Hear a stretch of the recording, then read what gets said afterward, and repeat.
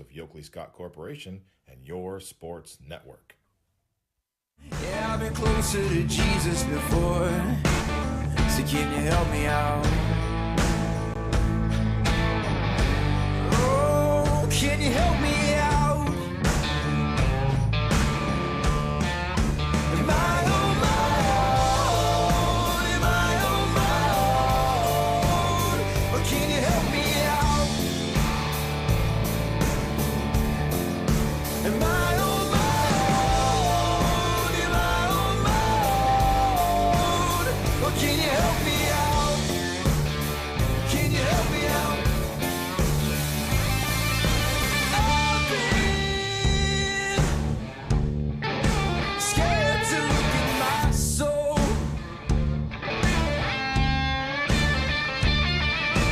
I've been afraid I would follow alone. Yeah, afraid of the things I've been told. And welcome in, ladies and gentlemen. No, do not adjust your internet streams. I am not Ron Potesta, but I am DJ Yoakley. We are live from the G. Burbick Farms studios here in East Palestine, Stream City, USA. And I'm joined by the general manager, Mr. Steve Leslie here. And, of course, Quinn Pushkar, or Puskar, depending on who you are and what language you speak. Gentlemen, welcome to Running Point. It's a little bit of a YSN takeover, and my goodness, Stevie and Quinn, do we have a show full of coaches? Yeah, there's no question. We have some great coaches. Coach French from Springfield, obviously, Coach Cullen, and Coach Fischel from South Range Boys and Girls. And Walter Shields, one of the best girls coaches in our area, obviously, will be calling in. And one of my favorites at 2:30, Coach Gunther, is always worth a great interview. That's what we do here at YSN. We promote basketball, boys and girls, these coaches and these kids. DJ, you know that. They spend a lot of time, a lot of work is put in. And, I have a couple twists for all the coaches.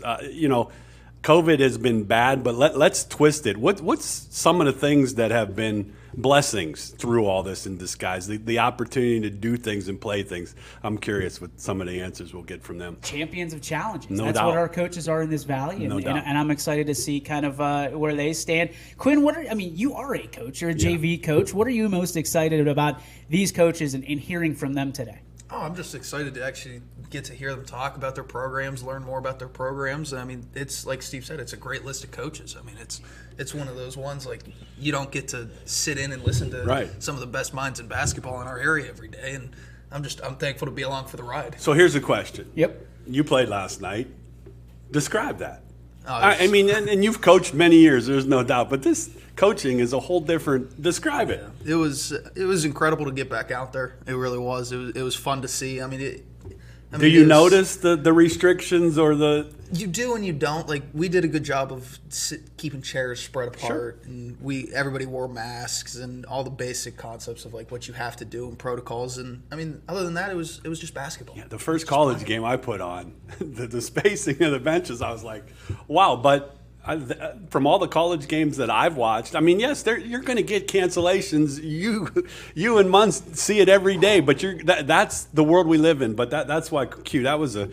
It has to be exciting for these guys to get on the court and play. And from the other side of it, Steve, we had Waterloo that ended up going into purple yesterday after a 2 o'clock announcement. I used it as my beef on the Power Hour yesterday. There's got to be a better way of communicating. I mean, we're going to talk to Steve French in just a couple moments from Springfield. I'm anxious to hear his reaction to if your players are in the locker room, lacing up their shoes, getting ready to go out on the court, and you have to tell them, we're done till January.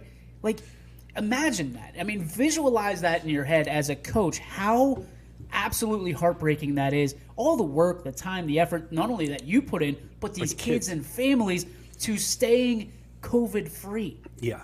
And because you're the people out of your control, people you don't even know. It's live in the moment. And I say that, and you guys talked about this, I think, on Power Hour yesterday.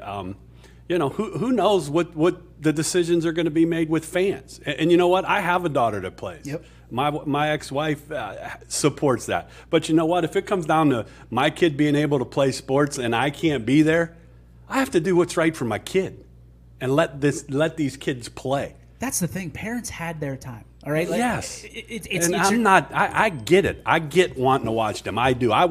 But for what we do in YSN and for coaches like Coach French that's coming on, we're there for you. Yep. We are there for you to got you get covered. your kids on. You're covered. So it's not like you won't be able to watch in person. Absolutely. But if it's told to me that you and Julie can't go watch your daughter play, I got to support that so they can play. That's just my opinion. I firmly believe that. As a coach, I believe it. And as a dad that has a daughter that I know loves playing, go play. But you know as well as I do, the complaint is always going to be, well, what if my kid gets hurt? Okay, I That's get why that. we have trainers Right. and athletic staff. I get that. I do. I get the injury element of it. But if it comes down to no play or play that way, I think a lot of people, I have trust in people like Coach French that's coming on that knows right from wrong and is going to put kids in great situations. I agree. With that being said, of course, Running Point brought to you by Greenwood Chevrolet in Austin Town. We're going to head on over to the MP Vivo Heating and Air Conditioning Hotline, where we are joined by the man, the myth, the legend, Mr. Steve French from the Springfield Tigers. Coach, how are you? Hey, good, guys. Thanks for having me on. Absolutely, Coach. First and foremost, our question of the day. I got to lead off with this because it's a little bit of a softball question.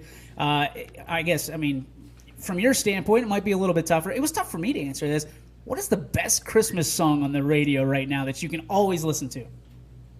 Oh, boy. Well, my 3-year-old loves Frosty the Snowman. Yes. We have to listen to that one every day. So right now, I'm going to say Frosty the Snowman. Love it. Perfect. All right, we got lots of questions for you. First and foremost, to get back onto the court, you guys were under a little bit of a different kind of setting because your players, a lot of them, were leaving the football field less than a week before, and now on the hardwood.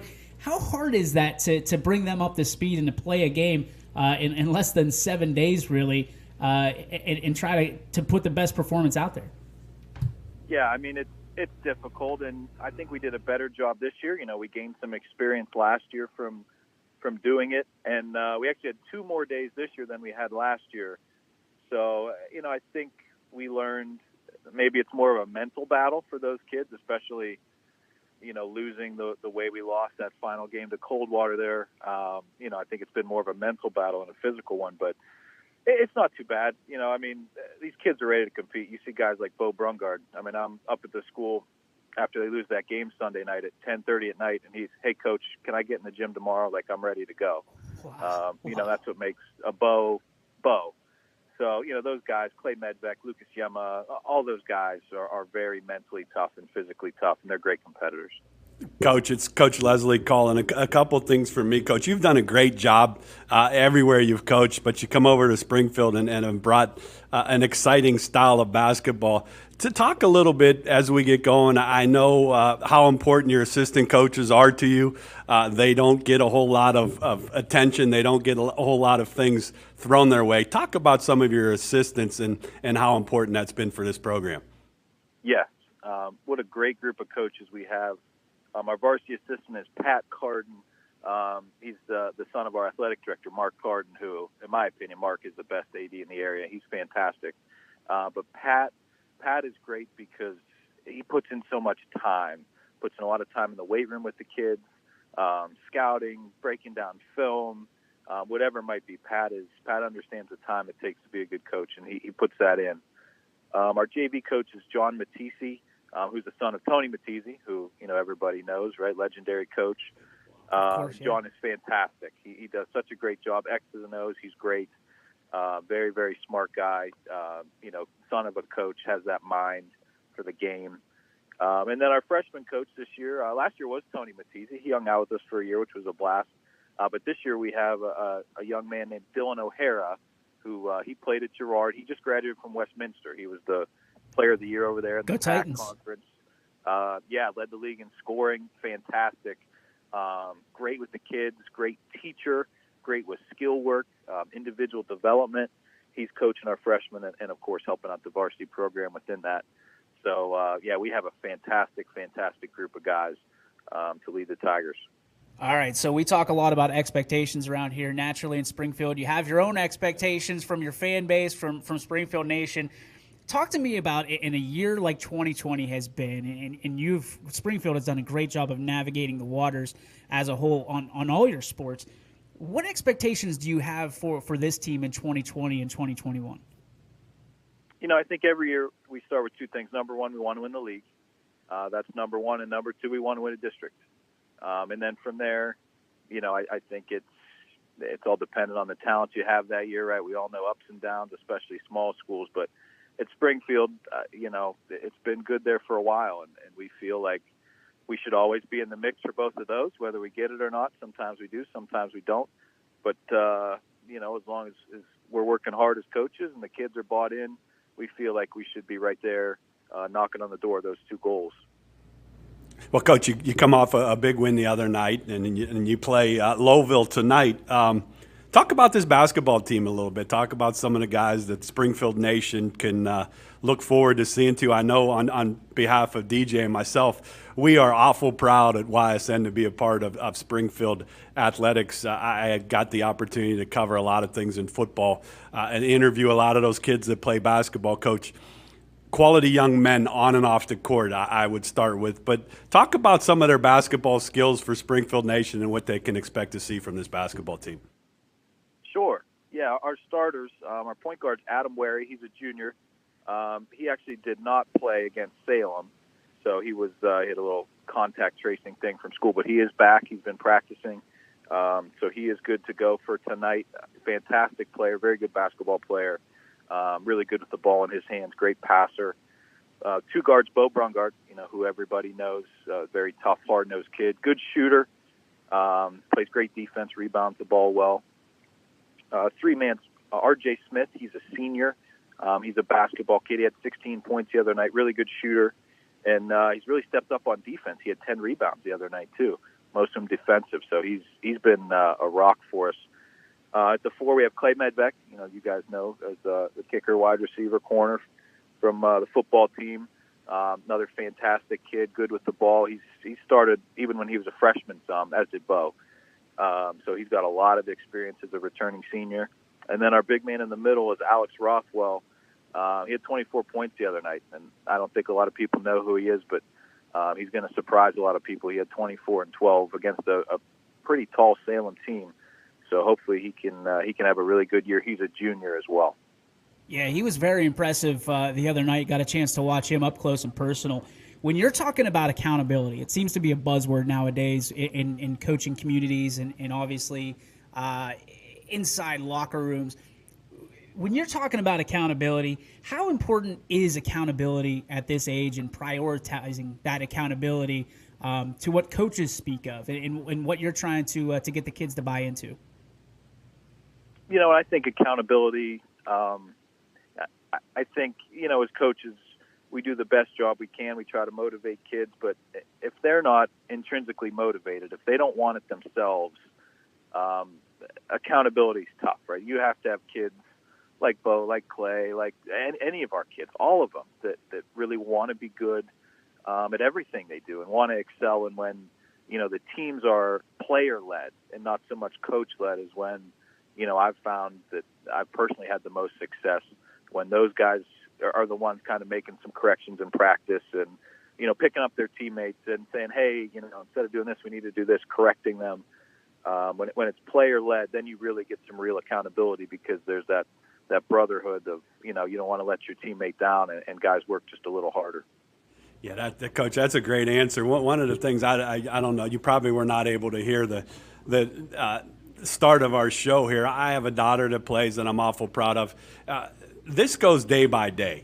Things change day by day. Schedules change, those types of things. On your end of it, you do such a great job as a leader in a community with a great group of kids. I have said, as a parent, I want to watch my daughter play, but also, let's be honest, there's that possibility that someday they may go to no fans.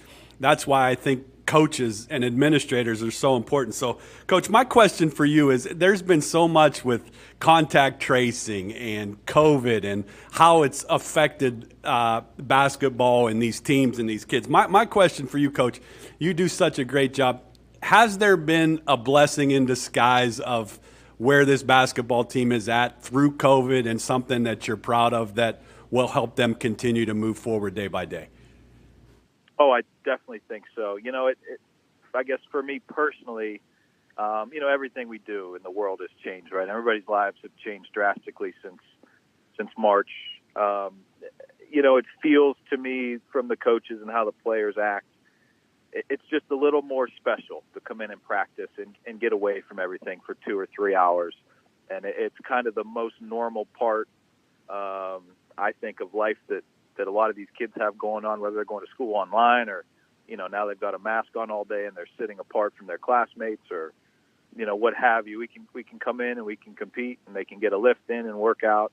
And it's relatively normal. And I think they're just a little more appreciative of having that in their lives. Yeah, I can appreciate that too. Coach, let's shift gears a little bit. I mean, obviously there's a lot of season ahead. We hope, right? Fingers crossed, that there's a lot of season ahead. But one of the biggest challenges that we've seen through the football season, through the fall, has been these student athletes trying to be get on the radar, so to speak, from a recruitment standpoint or getting themselves out there. How much of a challenge has it been for your student athletes, your guys, to get seen and noticed by whatever level, whether it be D3 or D2 or D1 or JUCO or whatever that may be? I think it goes two ways. One, I think the difficulty is in just some of the rules, with some of those collegiate associations giving kids an extra year of eligibility through this. When those things happen, now you have a whole class coming out that there's not as many scholarships out there, right? Because you have a whole group that can stick around for another year. But largely, I mean, if you're good, especially now with everything that's out there, and you can put your tape out on Twitter or Huddle, whatever you do, college athletics are so competitive. And I tell our kids that go play whatever sport, hey, this is different than high school. Like, these college coaches, this is how they feed their families. At high school, that's not how we feed our family, right? This is a hobby. So it's competitive. Those guys want to win, and they'll scour the ends of the earth for guys that can play whatever sport. So I don't think it's too bad, but I do certainly understand, if kids are getting an extra year, depending on circumstances, that can be tough. Well, Coach, to close it out, we'll let you get going here on our end of it from YSN. Thanks for joining us. Obviously, this is something weekly we hope to continue to do. I'm sure we'll be in touch again. You play Lowville tonight. We'll have it for you, Springfield Nation on YSNLive.com. Lowville, Springfield tonight. Hope you can check it out for those not able to attend the game. So, Coach, to let you go, Lowville tonight, talk about them a little bit and what you're expecting from this ball game tonight. Yeah, I think it's going to be a really good one. It's always tough to play down there in Louisville. They have a really good group. They're younger. They have sophomores, but they all played a lot last year. And you got guys like Vinny Ballone, Lucenti. They're really, really good players in our league. And, if we defend, I think we'll be okay. But it starts with defense first, and should be a really good ball game tonight. Well, Coach, again, thanks for hopping on. Continued success to the Springfield Tigers. The community, I know, loves their basketball, boys and girls.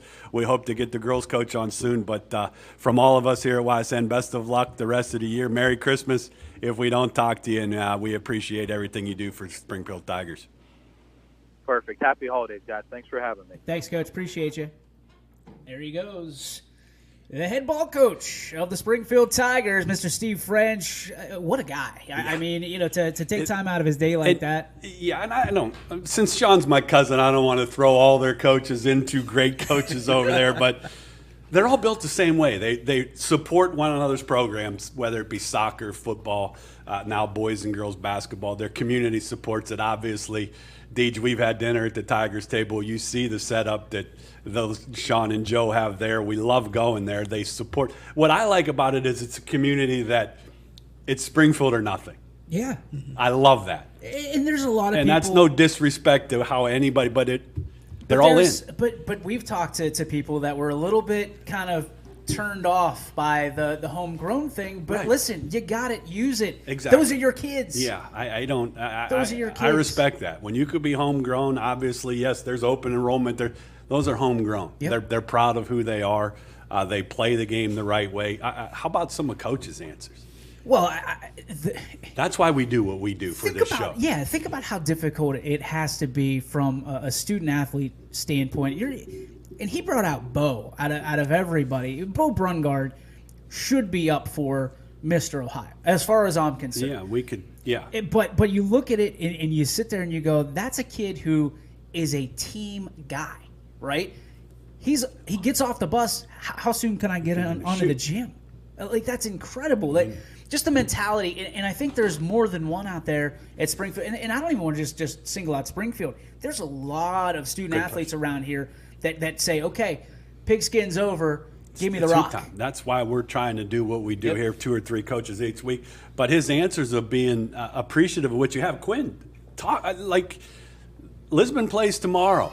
Who's not to say that you could be getting ready to go out and play and you get that dreaded call or color? See, to me, the color code, I don't think that should stop sports. I don't. That's my opinion. But here's a question. It's a high school's choice. Okay, so let's say that because there were some teams last night that actually played, and because you can't rely on a 2:00 press conference to shut down everything that night. There's just not enough time nor communication to be able to shut it down, in my humble opinion. Now, I'm going to put a question of the day out there probably next week. What is the least position that you like in sports right now? Right at the top of my list, athletic director. 1A is Paul Munson's job of scheduling all this stuff. And these poor coaches. Yeah, and the coaches. But reality is coaches have to take care of their kids, right? Right. The athletic directors are tasked now with making up games to get their kids on the court or on the floor or in the pool or whatever it ends up being. So I guess my question to you would be, if you're in a situation where you're in the locker room at, let's say, 3:00, getting your kids ready for a 5:30 game, getting ready for shoot around, whether it's a team meal, whatever it is, would you rather, if you have a game that night, knowing that you don't know what the future holds in January if you get pushed back there, would you rather play that game that night or to close up shop that night and wait for January 4th or whatever that date may be? Quinn, we'll start with you. That's tough. Like you said, though, like if they do it like that, I don't think there's enough time to go through it all where you have to play. In my mind, I want to play. I think I could speak for a lot of players out there as well. Like, they want to play. They want every chance they can get because the uncertainty, you never know. You never know when it might be shut down, when it's coming back, anything like that. That's exactly right. Well, and I would say yes to that. Quinn coaches, EB coaches, the girls at Salem. As a coach, you're their leader. Yep. They're going to go how a Coach Huck and a Coach Q visualize, facial, whatever they support, Sarah and EB at Salem. I'm for playing. You have to play. These kids need normalcy. They do. I'm all for, yes, this is terrible, crazy situations and safety, and I respect that, but kids need some normalcy. Kids need to be around their coach, a model that's away from a family model. And those are the kids, like Q said, 99% of these kids are saying, I'm not worried about it. I'm going to take all my precautions. I want to play. And that's it's understandable. There's no wrong answer here, right or wrong answer. No, that's just an opinion. But the biggest thing is, yes, athletic directors, superintendents, school boards, they're in charge of keeping their kids safe. But if both teams are already agreeing on playing that game, and all of a sudden, just because your color of your county changes, it's not going to change over 3 hours. I really find that hard to believe. I do too. But I understand the safety portion, but I also want to talk about mental health, because we're going to interview next week a little bit of one of our great sponsors, a close friend of mine, Jessica Oates, has a great business about mental health, not just for people that need it, who you would say, okay, well, you need a mental health check. There's a mental health stability check that these student athletes and all athletes need to go into. I mean, Marc-Andre Fleury, if you remember, the Pittsburgh Penguins goalie, had to go into a mental health, like trying to get his mind right, just so he could continue his career. These student athletes at 14 to 18 years old are no different. No. There's pressures like unlike any other that we've seen in any other era, and their windows are being minimized by COVID. Yeah. I mean, what do you think that plays on to? I mean, Steve, It's you've got funny a high that school you player. said that, and I have a high school player. Grace is going to call in before Coach Gunther and talk just with you. I'm dad staying out of this for those questions. They've been quarantined for 2 weeks. Now she's in another quarantine due to family situations. It can be harmful. There's no question about that. That's why coaches are so important to me. Athletic directors are so important to me. That's what I've grown up around. I trust a Coach French. I trust a Coach Cullen. I trust a Coach Huck. Do the right thing for my kid. Yep. When they're in a tough situation. That's why I love that question that I'm going to pose to every coach. What's the blessing in disguise out of all this? Let's forget all the negatives and all the shutdowns. Let's find something positive. And before we get to Coach Cullen, I have to say this: the positive to me, salute to Poland High School. Yep. Salute to Brian Banfield. Yep. Salute to Coach Blance. On a 1,000-point score, which you will talk about, Yep. stop the game. That's what this world needs. With more less of. than 2 minutes, 2 minutes to go. It's a 2-point game. That's the world that I want to be a part of. That's, I mean, it's just sportsmanship. Exactly. It's acknowledgement. It's what you're brought up as a young man or a young woman. No doubt. To treat others the way you'd like to be treated. Kyla, congrats on her 1,000. Salute her 1,000,000 times over. But I have nothing but always have had respect. That's why we love who we cover at YSN. Salute to everybody at Poland to do that. Brian and Nick and athletic directors and coaches are getting grief all over. They get it from parents on a daily basis. Why aren't we playing? Why are we quarantined? Why aren't we allowed in? You know, all this stuff. But I have to believe a couple nights ago, they rest their heads at night and knowing they did the right thing and knowing they did the right thing when it was really easy to look the other way. I know I did just watching it. Yep. It brought a little, there is some heart left in this world. Yep. I mean, and it sounds like we're overemphasizing this, over dramatizing this, but think about if like we've had players and we've seen players that they hold out on their 1,000th point or a significant accomplishment to get home, so that way you can have the red carpet rolled out for you, get it acknowledged the right way. She didn't want the game stopped, from what I understand. No, she was. Everybody was surprised. I mean, EB will talk. He talked about it on the Power Hour. Everybody just kind of looked at each other because the extra horn went off, and they're like, "What was there an extra foul or somebody fouled out?" It was Kyla's moment, and again, like you said, salute, tip of the cap to Poland for doing it the right way, celebrating with her. Yeah, that's not an easy thing to do. No. Put your ego aside. Especially when you got Jackie Grisdale on the other side, who's Lighten it up. just lights. And then you. By the way, she's pretty good too. By the way, I pretty can watch doggone her a good. lot shoot the basketball. As Anthony Hartwig once said, she's going to have more letters than the alphabet when it's all they're said and done. decorated all over the place. But I had that. That's and you are our owner. You're our leader. That's why I love YSN. That's why I love to be the GM for YSN to watch something like that. Never met Kyla. When I see her, I will congratulate her. No Coach Blanche and Coach Banfield.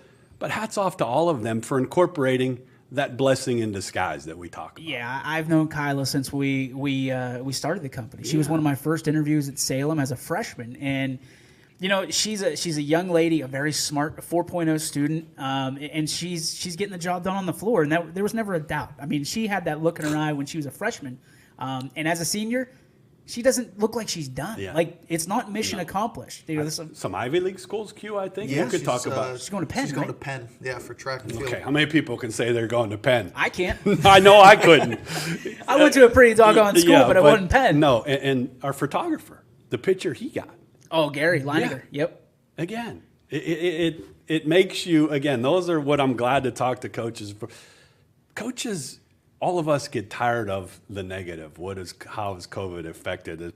No, let's Twist it. Twist it. It's just a twist. Yeah. And What's the blessings in it? EB was the one that kind of led us on. And hats off to him for I put out a group text. What would you like? That's a great question. I can't wait to hear from John Cullen, who is probably the best basketball boys coach we've had for years. In a long time. I can't wait to hear his answer. What's the blessing in disguise for you that's Been around older? the block. Right. Yeah. You have the older generation. Yes. My mom and all them included. Yes. She's bubbled. No doubt about it. Yep.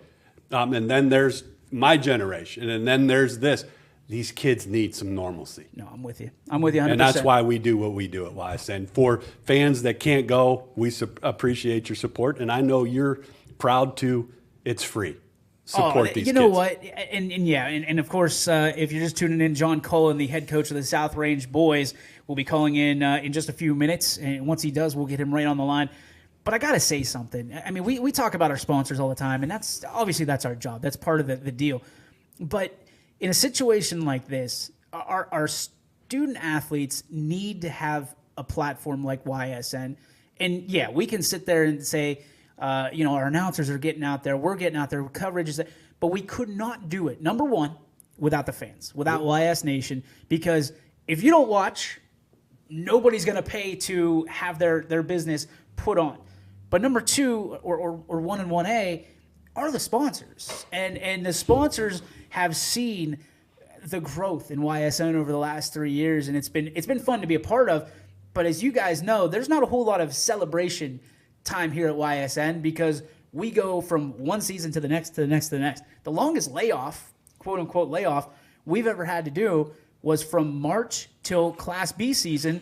And thankfully we had shows like Running Point and the Power Hour to do it, but it was also the toughest thing to do because there was no sports to talk about. Right.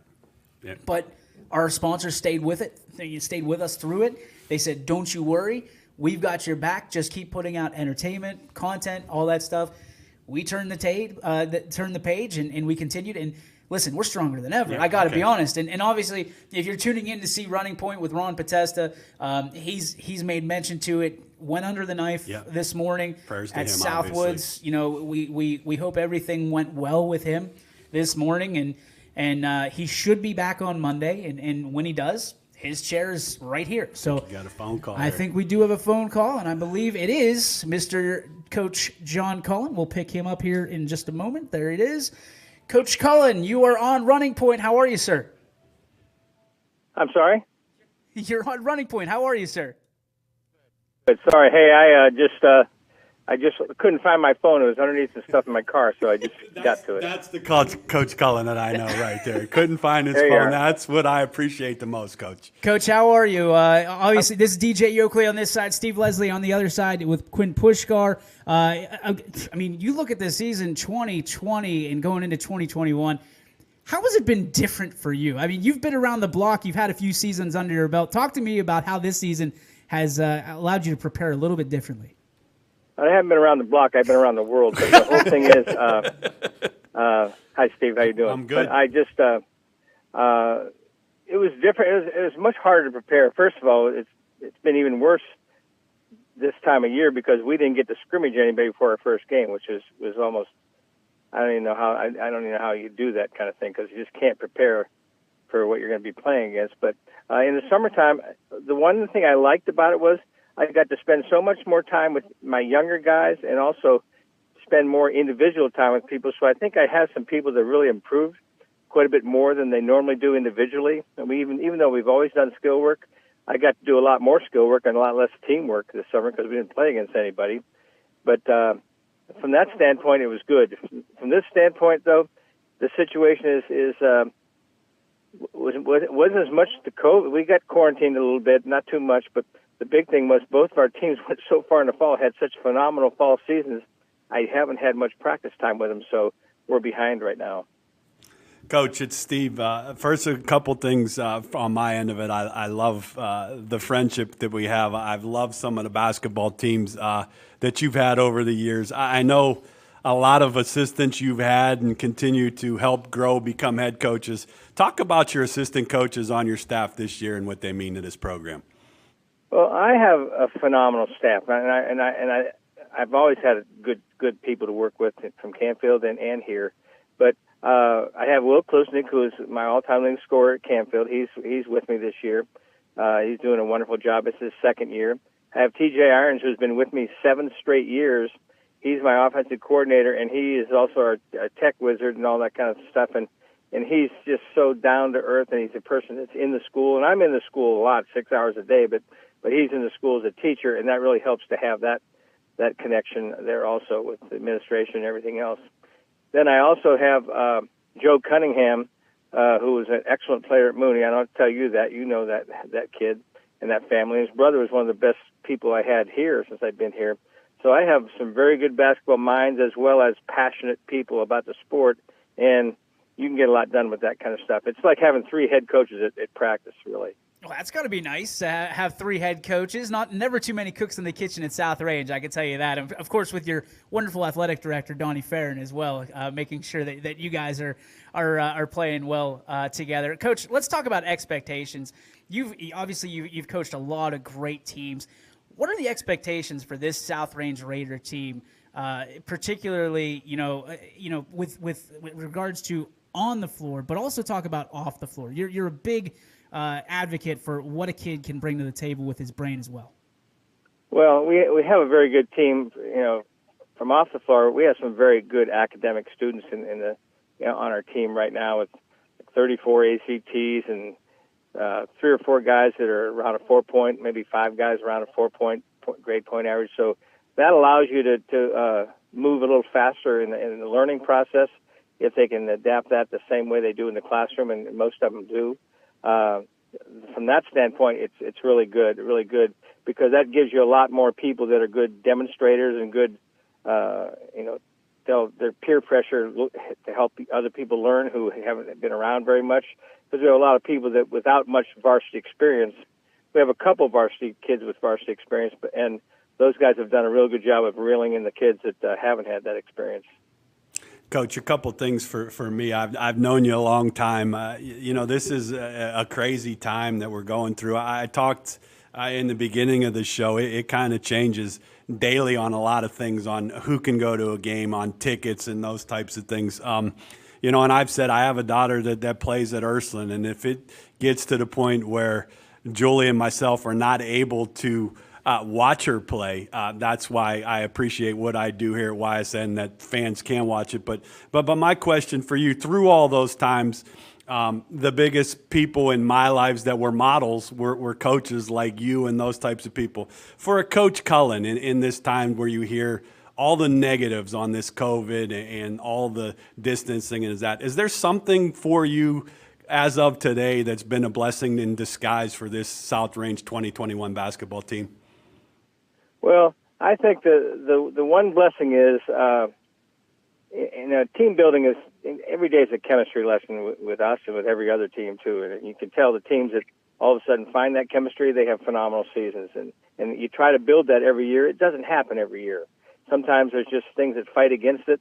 But in this situation, I think that COVID has forced people to come together, and sometimes one of the most important things is that people do the right things away from school, away from practice, and that kind of thing. And I think it's forced people to live healthier from the standpoint of doing the right things and also spend more time with their family. And I think all that has been a little bit of a blessing because our kids are pretty darn committed. There hasn't been anybody miss practice. There hasn't been anybody there hasn't been any negativity from any parents. I think parents are just happy to have them able to be in a situation that's bigger than themselves and gets them out of the house and gets them hungry and busy and other than because sometimes the school's been remote and everything else, but basketball practices, there's no shortcuts. You got to work your tail off to be good at things, and that's what we're doing right now. So, you take every situation, which is hard for everybody, and try to figure out how to make it the best it can be for you and your situation. And we've tried to make it bring us closer together than maybe even we have been before at this time of the year. Coach, this will be our 4th year together on Coach's Corner for South Range. You and I have discussed a lot about accountability, and from guys like Brady White and the list goes on. So talk to me about accountability and how important it is for your players and everybody that's out there watching and listening right now, how important accountability is at the age that you get them from anywhere from 14 to 18 years old. Well, accountability is everything because if they're not accountable, then it's hard to move forward because there's not a lot of development. Every day you're starting over if they're not accountable. And we have different things we look for in players. One of them is be an eager learner. Well, I define learning as something that's permanent and has turned into a habit rather than just something that you're exposed to. and that's true in every phase of your life. But we here's the thing. I read a good thing today when I was doing my research. I read every day on different websites and stuff. And the one thing said, whatever you tolerate, you have to accept. Well, there's coaching and there's tolerating. Coaching is you demand people to do the things that are play the right way. That's the main thing. All coaches are trying to get their teams to do is play the right way. And when the kids start becoming accountable, then you can start really building and increasing the depth of the program and that kind of thing. But until you get that accountability, you're kind of just treading water. And hopefully we're not in that stage right now. But even though we're short on experience, we're not short on accountability. Well, that's a great answer, Coach. And, from all of us, I know we're glad to be a part of South Range Boys Hoops on YSN. For South Range fans, you could check out all the home games for South Range on YSN. Coach, thanks for calling in. I enjoy our friendship, like I said, from all of us here at YSN. Merry Christmas to your family, and stay healthy and have a great year with the young basketball team that I know will continue to get better.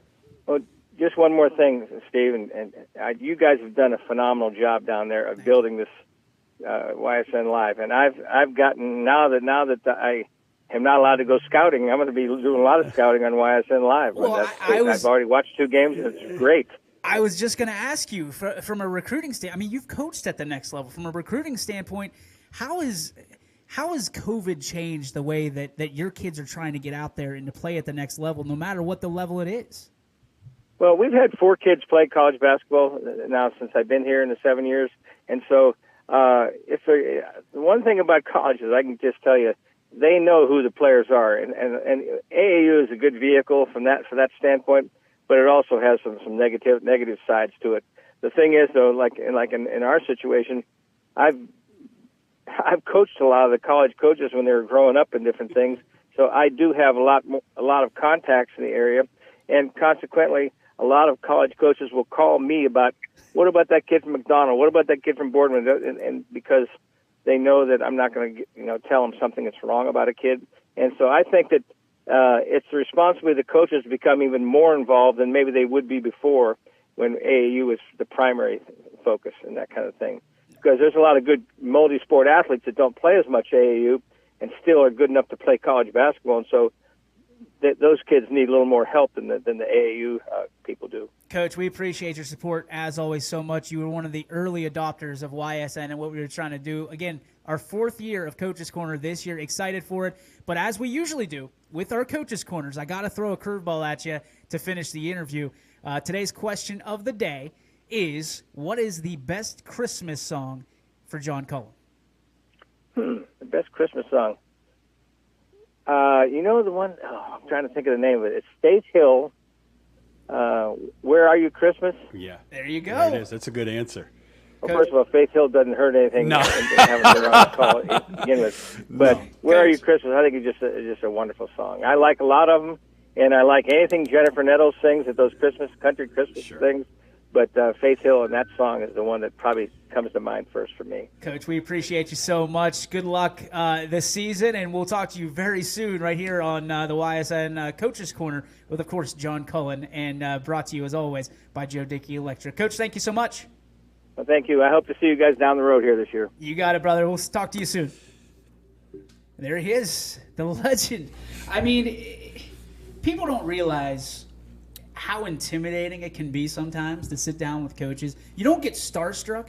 You sit down and coaches are in the zone, right? Coaches know how to answer questions.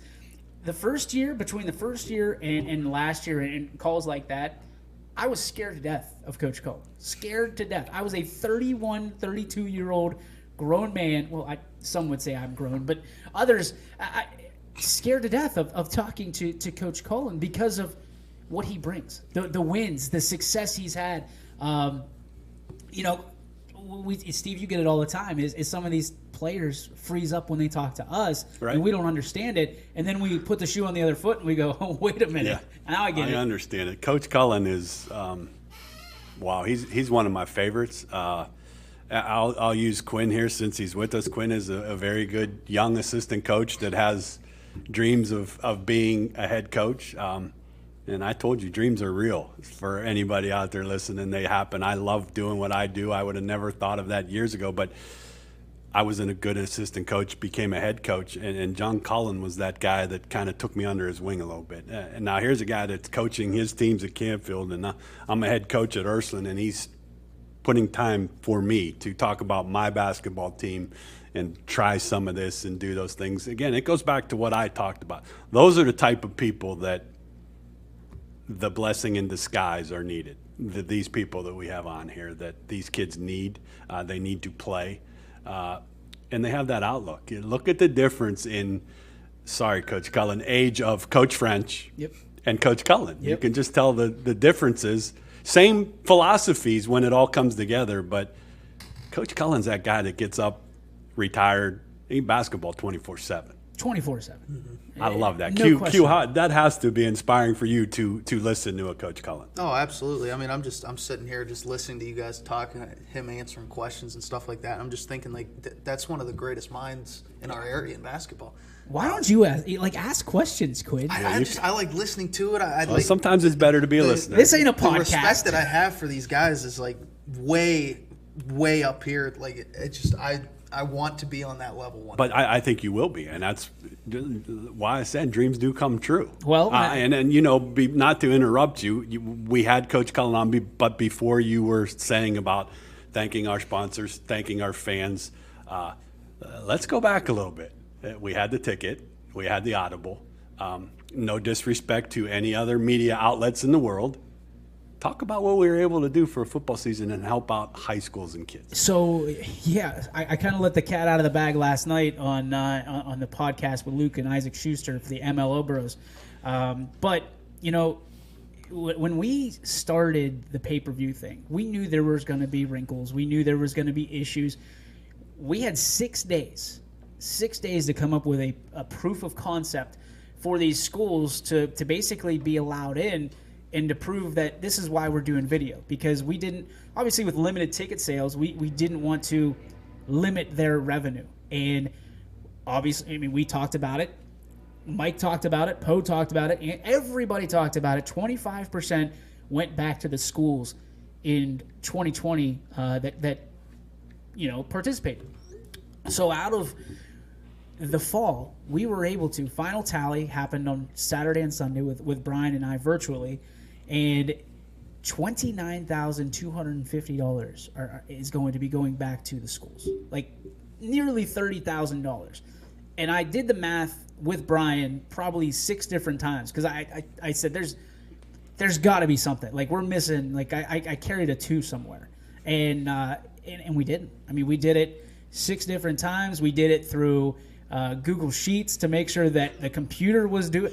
I mean, $29,000 we're giving back to schools and conferences, and we wrote a check for the NE8 for almost $7,000 by themselves. So you look at how that's going to be distributed to schools to help them in a time where nobody, especially in the media category, is giving back. And there's a lot of business people that would say you're an idiot, and I would combat it with, listen, it's always been about the kids. It's always, and it always will be about the kids and the parents. And when we can give a school back, or the schools that represent us and we represent them, $30,000, that's a proud moment. That's a proud papa moment where you think, man, we're only 3. We're an infant. We're a toddler. My girls are 3, and I think that we're 3 years old. If my girls ever gave me $30,000, what's the impact on that? Okay, so blessings has been a big topic. Thank you, number one. Yes. So let me repeat that. Thank you, YSN Nation, fans, sponsors, every other thing. But let me repeat that. $29,000. Again, no disrespect to anybody that does anything that they do, how they cover it. I support all of them. But that's why I'm proud to be GM for you and for Brian, because that's a blessing to hand money to leagues and conferences when, let's be honest, there was nothing there for them. But Steve, that's the other thing, and not to play our violin here, but yourself, Mike Ackelson, myself, Brian, we haven't taken a paycheck yet, and we're scratching a check for $30,000. My wife looked at me the other day and she was like, wait, you're going to do what? And I said, this is what it's about, right? Our time will come. Our business is significant. Our business, in case you didn't know, is needed at this point more than ever. Our business is great, and it's because of supportive people. And I'm not just talking about, sponsors, fantastic. I'm talking about businesses that don't even sponsor, that support our mission of live, loyal, and local. You look at people. One guy that comes to mind constantly is Mark Roth, who loves what we do. A guy named Ed Kiernan, my personal mentor, Charles Bell, guys who said, this is going to be huge, stay the course. You're a big one. I get the opportunity to announce games with one of the best, and Bob Hannon supports us 100%. I don't want a paycheck. I want what I'm doing right now. I love going to anywhere that I go, and if I have something YSN on, you get a thank you. It's a legacy. And I tell everybody that I know that before we had the girls, Sarah and I, this was my legacy. This is what I was going to leave behind. And it still is. No, there's no doubt. But honestly, to bounce out of bed every day and to go, I smiled at my wife last night for the first time in 6 months, and I said, I get to wake up and do what I love every day. There's no reason not to smile. Not many people get an opportunity to do that. God provides, right? You know, we're affiliated with the FCA and Fellowship of Christian Athletes, and proud to be. And I'm proud to be on the board of directors there. God will provide the passion. And that's why I think that when we look at COVID and we look at the situation that we're in, we will continue to be in a good place. And I'm not just talking about YSN. I'm talking about the schools that are represented, because they're great schools and they do things the right way. We talk about Poland and the group that back to the Poland thing. Salute to them. The guys that we have that are part of YSN. Here's one sitting. Anthony's going to be calling in. Scott Mincher again. I'll go back to Scott Mincher. When you think life's pretty hard, stop. Okay, that's what Scott Mincher has taught me. The woe is me, and it's a bad day. When you can do what Scott Mincher did every weekend here, and I got to watch that, means more than any dollar amount that you can ever. How about the night that he teared up talking to us? Sure, because this is what he loves to do. Right, like, you're a kid who's been handed a rough hand. Anthony the same way. Anthony is in the same boat. But you look at it. The outlook of those young men and the outlook of these athletes, these student athletes. Listen, we can put as much doom and gloom on COVID as we want. Nobody's got it worse than them right now, because they're up against it. Right. I mean, we've already had 2 coaches talk about it. We try not to, because it is a little bit doom and gloom. But from the recruiting standpoint, they're up against it. Yeah. I mean, you're going to be an 18-year-old vying for a position up against a 24-year-old in some cases. You're not going to win that very many times. Is there anything better, and you've done a lot, is there anything better than doing a player profile, and Quinn's been on all of them with me, and that interview ends, and within 10 minutes of who we are and who we represent, you get a thank you text back. Love it. That's the greatest feeling in the world. Yeah, you can't put a price. I mean, you can, but you can't put a price on no, that. you can't. I mean, let's be honest. We all walked down to a lot of playoff games. The South Range Crestview game, phenomenal. You had people coming over thanking us. No, thank you for allowing us to do what we do. Springfield, the same way. We went to their state semifinal game. We were treated like we were all a part of that football team for every week. And not only that, but Massillon as well. Well, yeah. I mean, again, I'll say it 100 times. If I've said it once, stay there. It should stay there. No doubt. The way they ran that they knew a little bit about it, but in a day's turnover, salute. A blessing in disguise, or are they a blessing in disguise? Both way. I mean, you look at that, and the thing that we haven't said much about, Steve, that I think needs to be brought to the attention, we had our friend there at Massillon, and when you look at it, she told us that the media knew that Massillon was getting the game before Massillon did. Right. Before Think the workers that they come in and actually. Before the school did. Yeah, how good was she for 3 days? Unbelievable. The JFK the same way. Yeah. Yeah, that hurt, no doubt. But that hurt's gone now, and it's a blessing that you played a season and you were in a state championship. Turn the page. I mean, when you really sit back, I mean, it's kind of like the football season, right? You guys were here on Friday. When I came back, there were nights with that. Right. hard. tough. Or this is it. This is the last week. They're not going to let this continue. Well, But when you turn the page, when you have a chance or a second to take a breath, right? And this is for teams, this is for coaches, this is for players. When you have a chance, yes, we all want to win. The competitor in us, and I've got a competitive problem. I'll be the first to admit it because my wife tells me every day, literally bought me a shirt that says, I have a competition problem.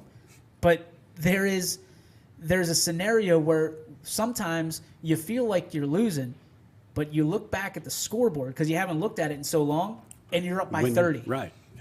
See if you agree, and this just is my opinion. You want to beat COVID? Fear it, absolutely. Yep. Respect it. But fight it. Yep. Respect it before. Like every school we have on our wall that's going to fight it, like us that's going to fight it. Let's be day by day people. Yep.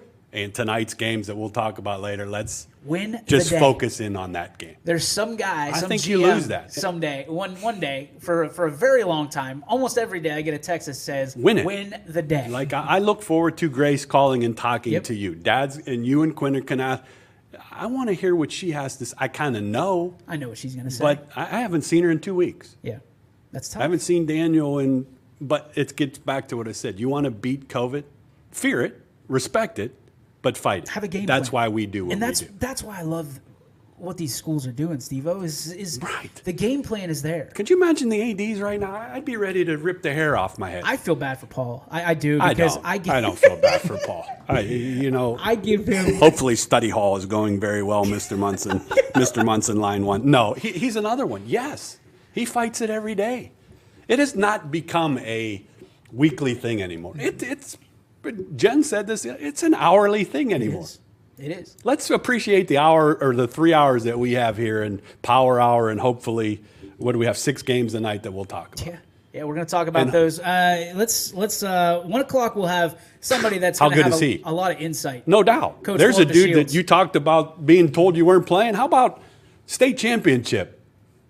Being on the court. Now, and it's going to be interesting because I'm going to pose the question to him: how did you break it to your team? You know, and not to live in the past, but that's a question I don't think I ever saw answered. Right. Because it's probably never been asked. Yeah. So, and that's if you have questions, of course, for any of these coaches, we're monitoring the chat right now. I hope they're enjoying it. I hope I think people they are are. enjoying it. We got Mark Roth is watching naturally. He says, "Love you guys. We love you too, Mark." You could say Steve's full of it. I totally get that too. But I'm a big Mark Roth's one of my favorite guys down the park. Same here. Supports everything we do. Everything. At the park. Yep. And he knows because he's part of it. He's a high frequency guy, Yeah. right? He gets it. If you're BSing him, he's gonna know. But there's a guy that's involved in the everyday COVID fight, Yep. respect and ballot. And we love him. I And know that's he's why. battling it. And No that's doubt why. about it. And That's why. you want to talk about blessings? How about all the nurses and doctors and Healthcare let's be workers, honest. Yeah. healthcare Salute workers. Yes, I mean healthcare workers. You talk about coaches. I mean, listen. If what we think is going to come to fruition happens, you. Sure. it is going to be a battle. I mean, how quickly did the OHSAA respond to Governor DeWine? I mean, Saying no minutes. fans, yeah. Oh, Governor DeWine says no fans, and the OHSAA goes, no, whoa. Right. Parents. Now it sounds like, and I don't want anybody to take this for gospel because it's not, but it's also not gossip. Usually when there's smoke, there's fire. But we've heard rumors that fans are going to be eliminated totally to fight COVID. In that situation, you feel for the parents, you do. Yeah. You do. But this whole time, we've heard, let them play. Let them play. We're going to find out the sacrifice of how much parents want their kids to play if this indeed comes through. We got to take a break real quick. Actually, no, we don't, because it's already 1 o'clock. Coach DeShields is going to be calling in. We'll make it up to the sponsors, I promise you. I know a guy that can run some ads. So, we've gone an hour straight here without ads. Well, so as a parent, here's if it would get to that. I guess when you talk about fight it, and I would have to. I will do some Ursuline basketball games with Ian. If it gets to the point where parents can't go, I won't go. And I say that because I don't think I should be entitled to that for the other 20 parents. well, I would say this too is, Steve, let's put the shoe on the other foot. We need announcers. I know that. But I'm just saying, if but there's what I'm saying is, we need announcers. If you're a parent and you're looking to get in, there here's you go. your opportunity. Absolutely, and we have a lot of good parents that are. That's why I'm saying that I would forego my right to go there because I would love for. There's a lot of parents. I don't have to name them. If there's some Urson parents that want to announce Urson basketball with Ian, and we're in the boat where we have the gear, we have the access, and I don't want to make this tough on the athletic directors or But here's the thing: is the games need broadcast. Yes. They do, because if we lose parents, and JD is one of the best ADs we work with. Yep. That wants, I've gotten email after email. There's an AD, like all our ADs, that want these kids to play, is going to do everything in their power. And right now, as we said before, and I hate to even put an over-dramatization on this, but we're heroes without capes because grandma and grandpa aren't able to watch the games live. They're not able. So we're getting more questions than ever before of how do we get the game. And Anthony Hartwig, who handles phenomenal with social media, he answers these questions with so much tact because I'll be honest, man, it can be a bloodbath sometimes. Well, from a grandparent standpoint, Jolie's mom and dad, all football season, my father-in-law loved the Audible. Yep. Loved. My mom turned 80 on Tuesday. Happy birthday. I bought her, she's older. Yep. The computer's down. I bought her a Kindle 10.5. The first thing, does it get YSN? Yeah. So Grace, she will be able to watch Grace and Ursuline boys, and that's why we do what we do. It is. We got a call coming in. Any guesses on who it might be? My man, Coach DeShields. Welcome to Running Point. You're on with DJ Stephen Quinn. Is this Coach DeShields? This is Coach DeShields. How you doing? Doing well, Coach. How are you? I'm doing great. Coach, it's an honor to have you on. Haven't had the opportunity to sit down with you for a Coach's Corner yet.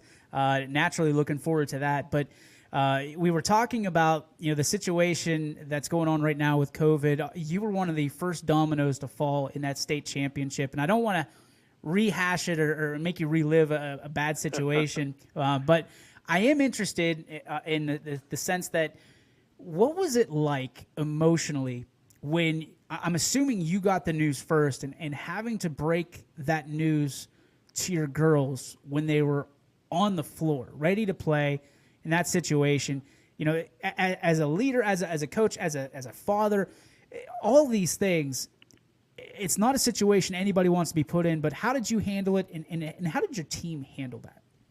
Well, basically it was, it's hard to describe, but, when I got called over by the OHSAA,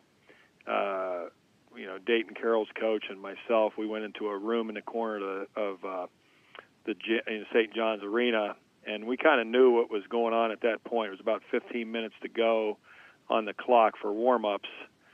So we'd already done pregame. We'd already, gone through everything, and we're out there warming up, both teams getting ready to play. And when we got called in the room, we kind of knew what was going on, and they, at that point they said they had to postpone the tournament, and they wanted to know if, they were going to make an announcement over the speakers. And, I had mentioned to them that, no, I want to be able to tell my team in person, so give me a chance to get them off the floor and down to the locker room. And because I think it, is just more important for all of us to come from me as a team. You work so hard to get to that point. It takes so much, to get there. I think that was the hardest thing. It was a great ride getting there. Winning some big games in our district against Salem and Poland, and then a big one, we beat Perry from up on the lake, and then a real big win with everybody thought Laurel Academy was going to be the team to win it all, and when we beat them, it was a great win, and we were riding high and playing really well, and had a lot of confidence that we could go down there. And I mean, any one of the teams could win it, but we had confidence that we could win the state championship. So the girls had so much emotion into it. When I told them in the locker room, it's just like any other scene that you would see. There was a lot of breaking down and, going to their knees and crying, and a lot of hugs and, consoling each other and not really knowing what's going on. But the most important thing in the world was, the safety of the players and everybody there. And we kind of understood it in a way. And it's a basketball game. It's a high school basketball game. And we even told them on, the same day the NBA shut down, and the same day the March Madness, the college basketball shut down, and on that same day on March 12th, MLB baseball shut down, and several, I think the NHL, and so we kind of felt like we were part of that, starting the shutdown of sports, I guess per se. But the girls, we kind of reflected on it later that they got a chance to go out on the floor, they got a chance to take the team picture on the floor, and say that we were there. A lot of the other 14 teams never got to do that. Yeah, Coach, I'm not trying to give you any ideas, but you still haven't lost that game, or and as far as I am concerned, you're state champs because you walked off, So I mean, maybe there's a banner to be had that you can hang in the gym. We're working on that right now. In fact, our art teacher, our art teacher, we have wooden states up in the gym, and there's two of them. One for the 1994 state championship football team, and then the 2004 girls state championship football team. They're really big wooden states, all painted up with those years on them. And then we have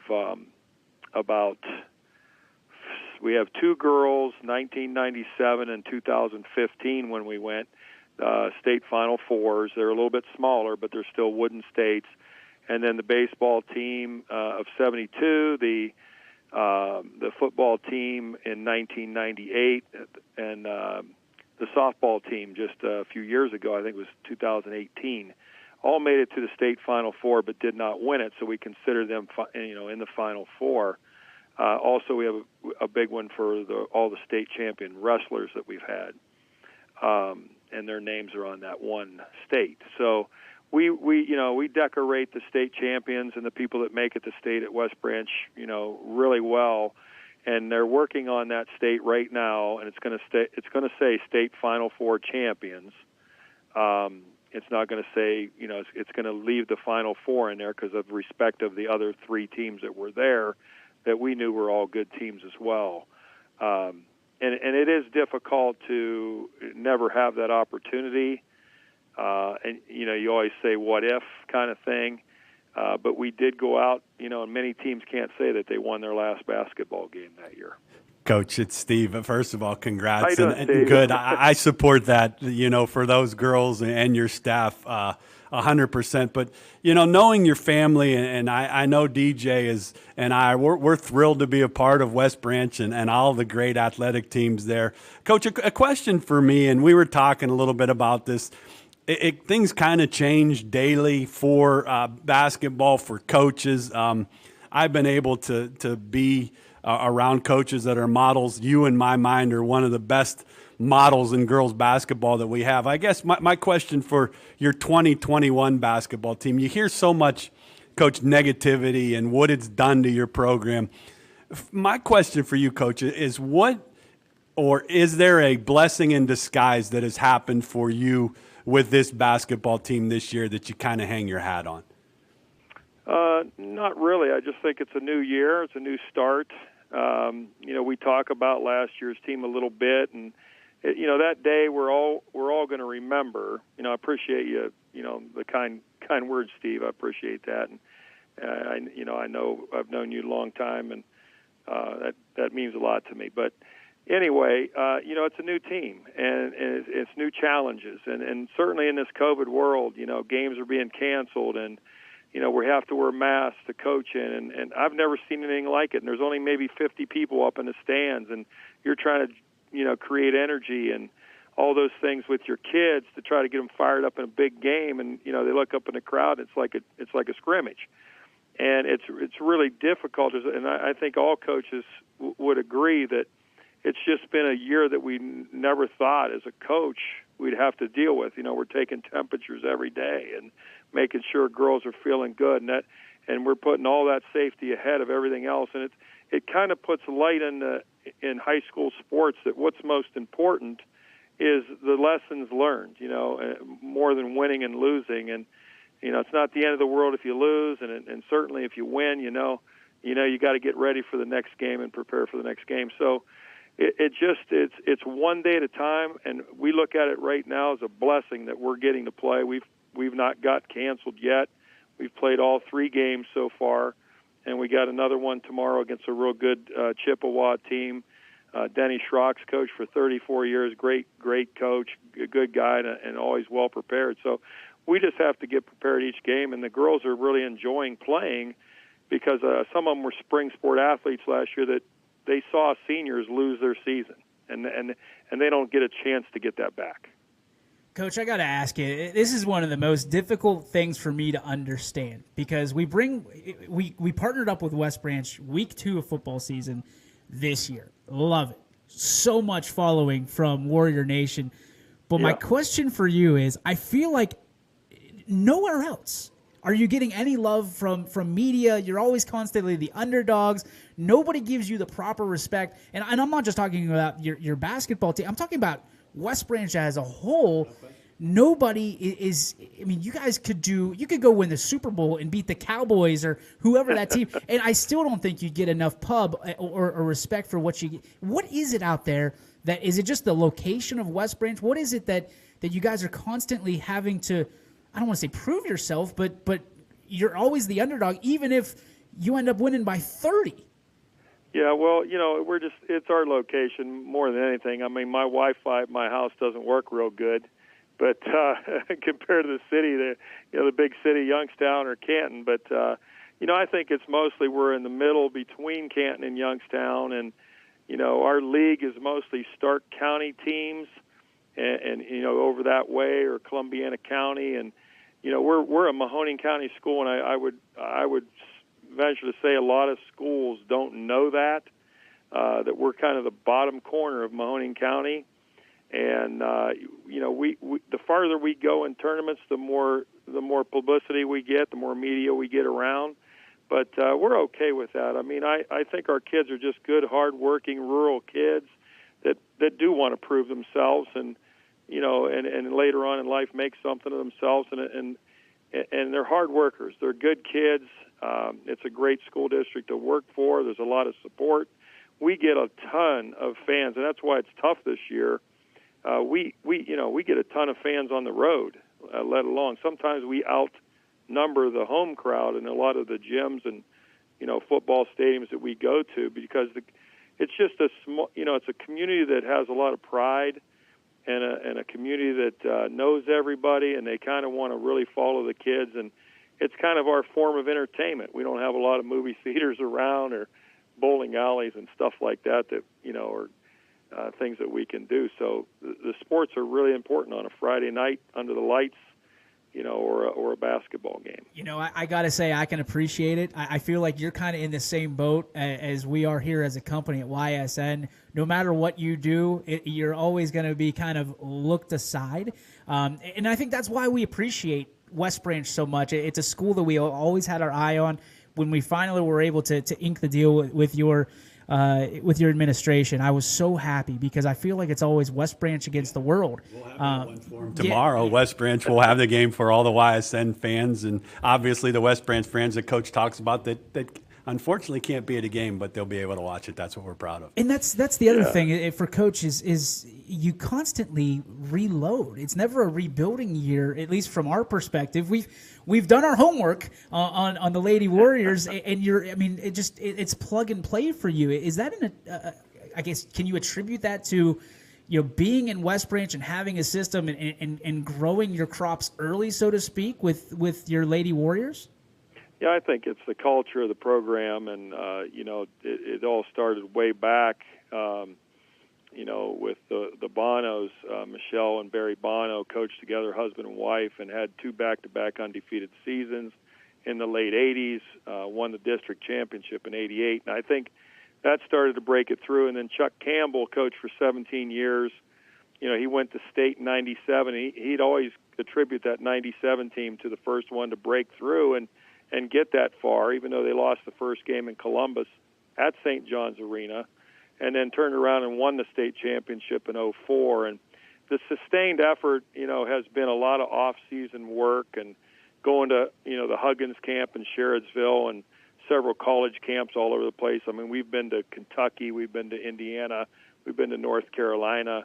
We go all over the place, and we'll take on all comers because I think our girls, at this point, they thrive on that year after year. The challenges of continuing to win. I think it's been 25 or 26 winning seasons in a row. And they just feel like they're next up, that they're carrying the torch during their 4 years, and they feel like the program is bigger than them. And we constantly go back to older teams and older players and tie that in, to what they're doing today so that they don't lose sight of the tradition. And then also, future players. We have ball girls every year. They're in 6th grade, and we have the girls go over and watch the middle school games, and we really want to tie in the kids that are dreaming to wear the same uniform they are, and we just make it important to be in a Lady Warrior uniform. That that name on your chest means something around here, and it's been a program that's been really, really successful for many, many years. And it's taken a lot of hard work and dedication and support from a lot of people. Well, Coach, we appreciate having you call in. Obviously, I enjoyed talking with you. Wishing you, the girls, and your staff the best of luck. Happy holidays coming up here. But for the West Branch fans, we will have that game tomorrow. I think, Coach, it's a 1:30 start tomorrow against Chippewa. I think I have written down here. Yep. Right, that should be a great 1:30. game. Coach, keep being you is all I could say. You do a great job. Are one of the best coaches we have on the girls' end that continues to put out quality student athletes year in and year out. So hats off to you. Obviously, we're proud to be a part of West Branch and appreciate you calling in. Yep, appreciate it, Steve. All right, happy holidays. All righty. Thanks, Coach. Impressive. I mean, the name on the jersey is more important than the name on the back. front. Yeah. More important than the name on love the that back. answer. I mean, I always love when coaches say that because there's two different routes, right? There's the route that's just talk, and then there's the route that's walk. Yeah. And The guys we have on are walkers. listen, if you watch this Lady West Branch team, they're walking. Yeah, Q. Melinda Trimmer comes to mind. She's a West Branch alum, played at YSU, had a great career at Youngstown with Coach Barnes. She played for Coach DeShields. He puts out Division I athletes Yeah. quite efficiently. Well, and it's funny we say that because you and I talked, and Quinn kind of came into the middle of the conversation, when we were talking about it. When we're doing the YSN prospect thing, which we're going to talk about later, we're focused on D3, D2, and JUCO because you don't see much No. in the way of D1. And then you go down to West Branch and They watch have 'em. basketball, and there they are. There they are. I mean, and it's night and day, right? It's Is this a Coach Fischel sighting, I think? It might be. Hang on one second. We'll get to it here. Welcome to Running Point. You're on with DJ Stephen Quinn. Who do we got on the line? This is Dick Kuntz from Wellsville. Hi, Coach. How are you? All right. Hey, listen, on a game tonight, my wife wants to watch Crestview game, but you have Crestview down as Crestview and Southern. Okay. It's Crestview and Wellsville. We know that for a fact. So it might just be a misprint on the website, a typo. Okay. Hey, you guys are doing a good job. Well, we appreciate We that appreciate for sure. it very much. Yeah, enjoy the game tonight, and make sure you keep on supporting YSN. All right. Thank you. Thank you. Bye. There you go. And that's part of it, That's right? why we do it. Hey, we're not perfect. There's no question about that. There's but a little look into my world right there. I wanted to look because I looked at this morning and it was Wellsville on the Safaris on our You know site. what it is? I guarantee I know what it is. If you go to the top of the page and it's the score stream, it's probably Wellsville, and that's what on it the is. live games. It is. It Quinn's is. validating Okay, that. So, well, yeah. But thanks for calling. Yeah, absolutely. Obviously, we need people to call in that support us. So I'm gonna validate this right now because I have the platform to do it. So ScoreStream is the ticker that at the top of our page, right? So it was our first ever partnership. It's absolutely free, and we have nothing to do with it. We just don't. So I can't take the credit. I can't take the blame. I can't do anything. So if it's on ScoreStream and it has a different team, because it was a couple, was it last week, this week, Quinn, that it had Springfield from like Holland, Ohio, I think earlier this week. taking it on. It was Monday. Yeah, when so they played we us. know, Same. and we took some heat because Springfield, we have Springfield, and there was some issues earlier on in the year.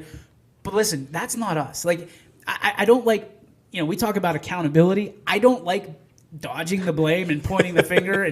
But this one's real. I can't do anything. real. I can't go in and change anything.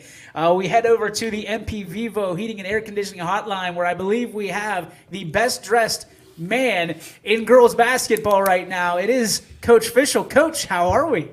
I'm awesome. How are you guys? Doing great, brother. First off, have you been able to catch your breath after that big victory over a very good Salem team last night? Yeah, I was real excited. It's always good to get your first win of the season, and so got home, watched the news, watched the highlights, and jumped right into the Struthers film. So caught our breath, and we're moving on. So when you look at a win like that, it not only is that the first win of the season, which, as you indicated, very important, but that's a huge quality win for later on in the season. Take us through, the game, and obviously Salem has shown early that they're a second-half team. They're not one that you're just going to kind of let the second half ride. So, take me through the kind of mind process of where you were last night in that second half. Well, they're really good, and they're so athletic, and they're so well coached, and they play as hard on defense as anybody we're going to play against this season. And so when we watched the film, we knew that we were in for a 4-quarter battle. From the tip to the last buzzer, they were going to battle their butts off, and that's what we did. And they came at us, and a couple times in the second half they'd made a little run, and we were fortunate enough that we were able to make a couple plays and answer it. And the fourth quarter got shorter there, and we made some shots from the foul line, and we were able to put that away, and definitely a great win for our program. Coach Fish, it's Coach Leslie. Congrats.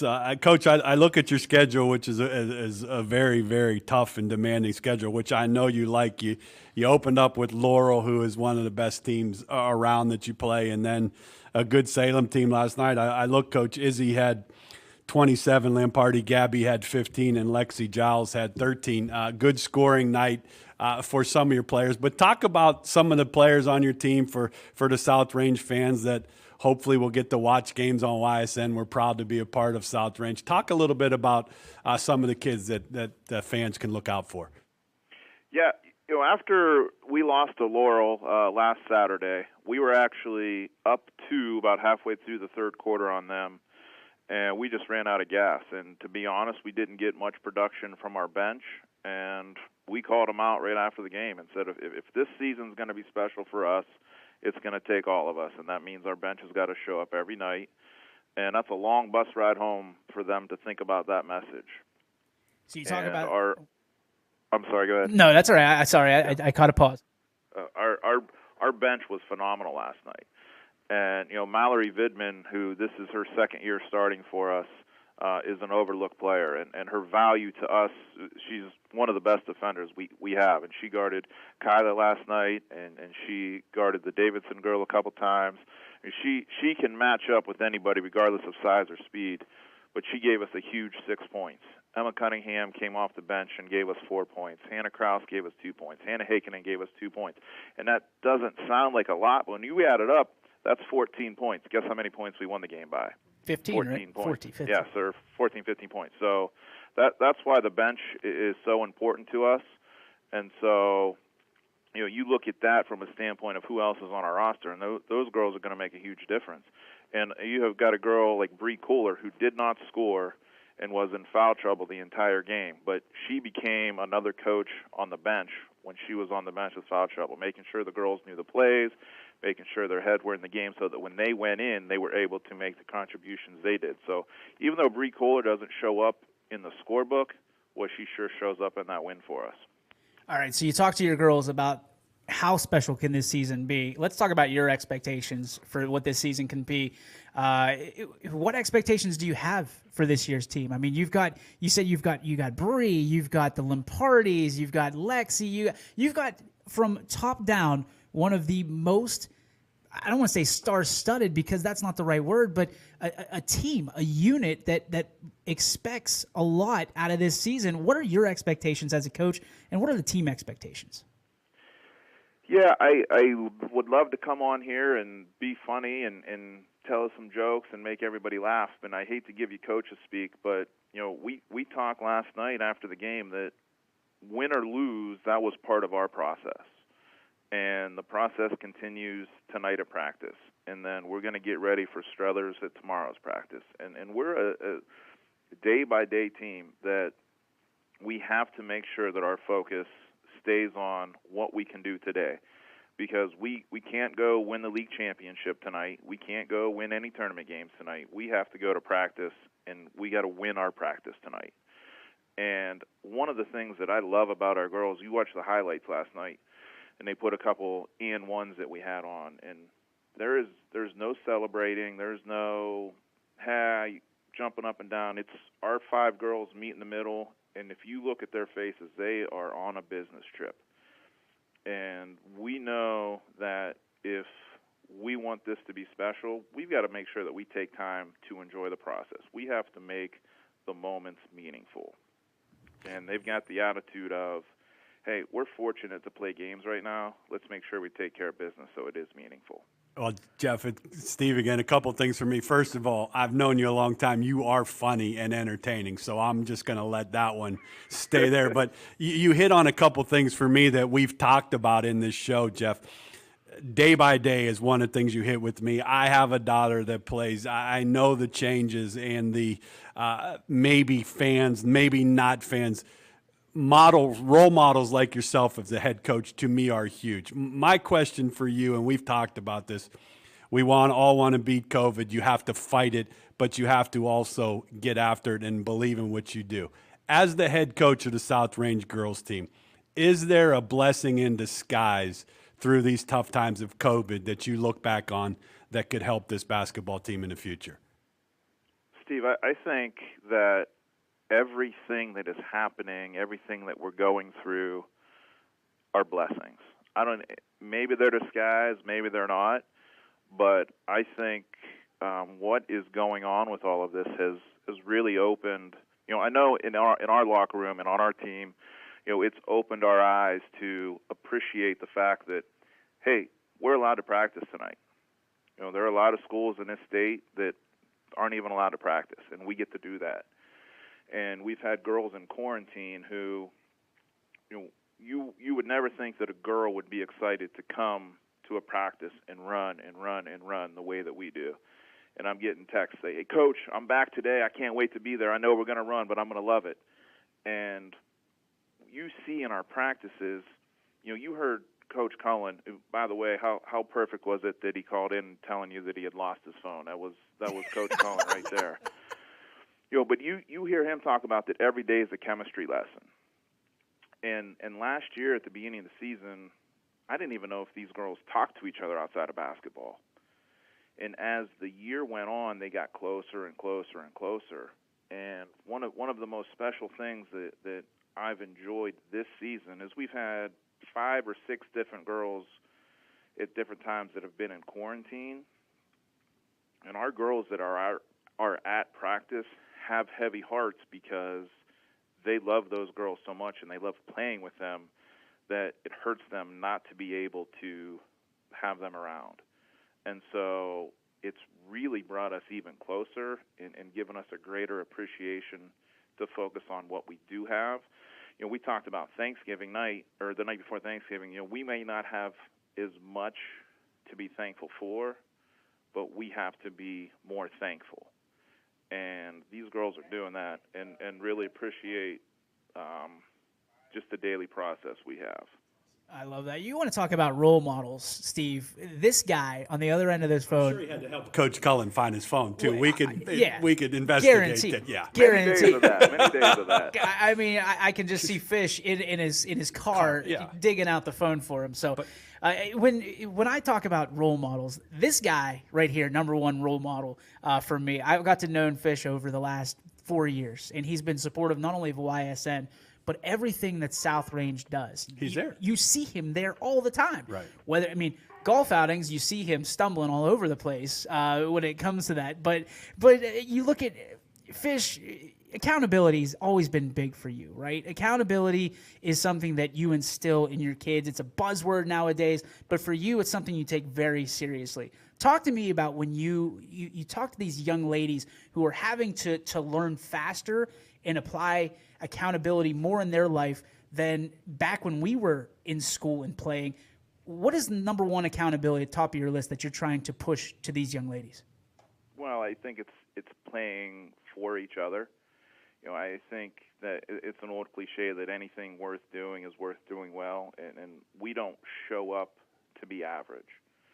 And when you talk about, you look at the really special teams. You just got off the phone with Coach DeShields and what that group of girls he had was able to do last year.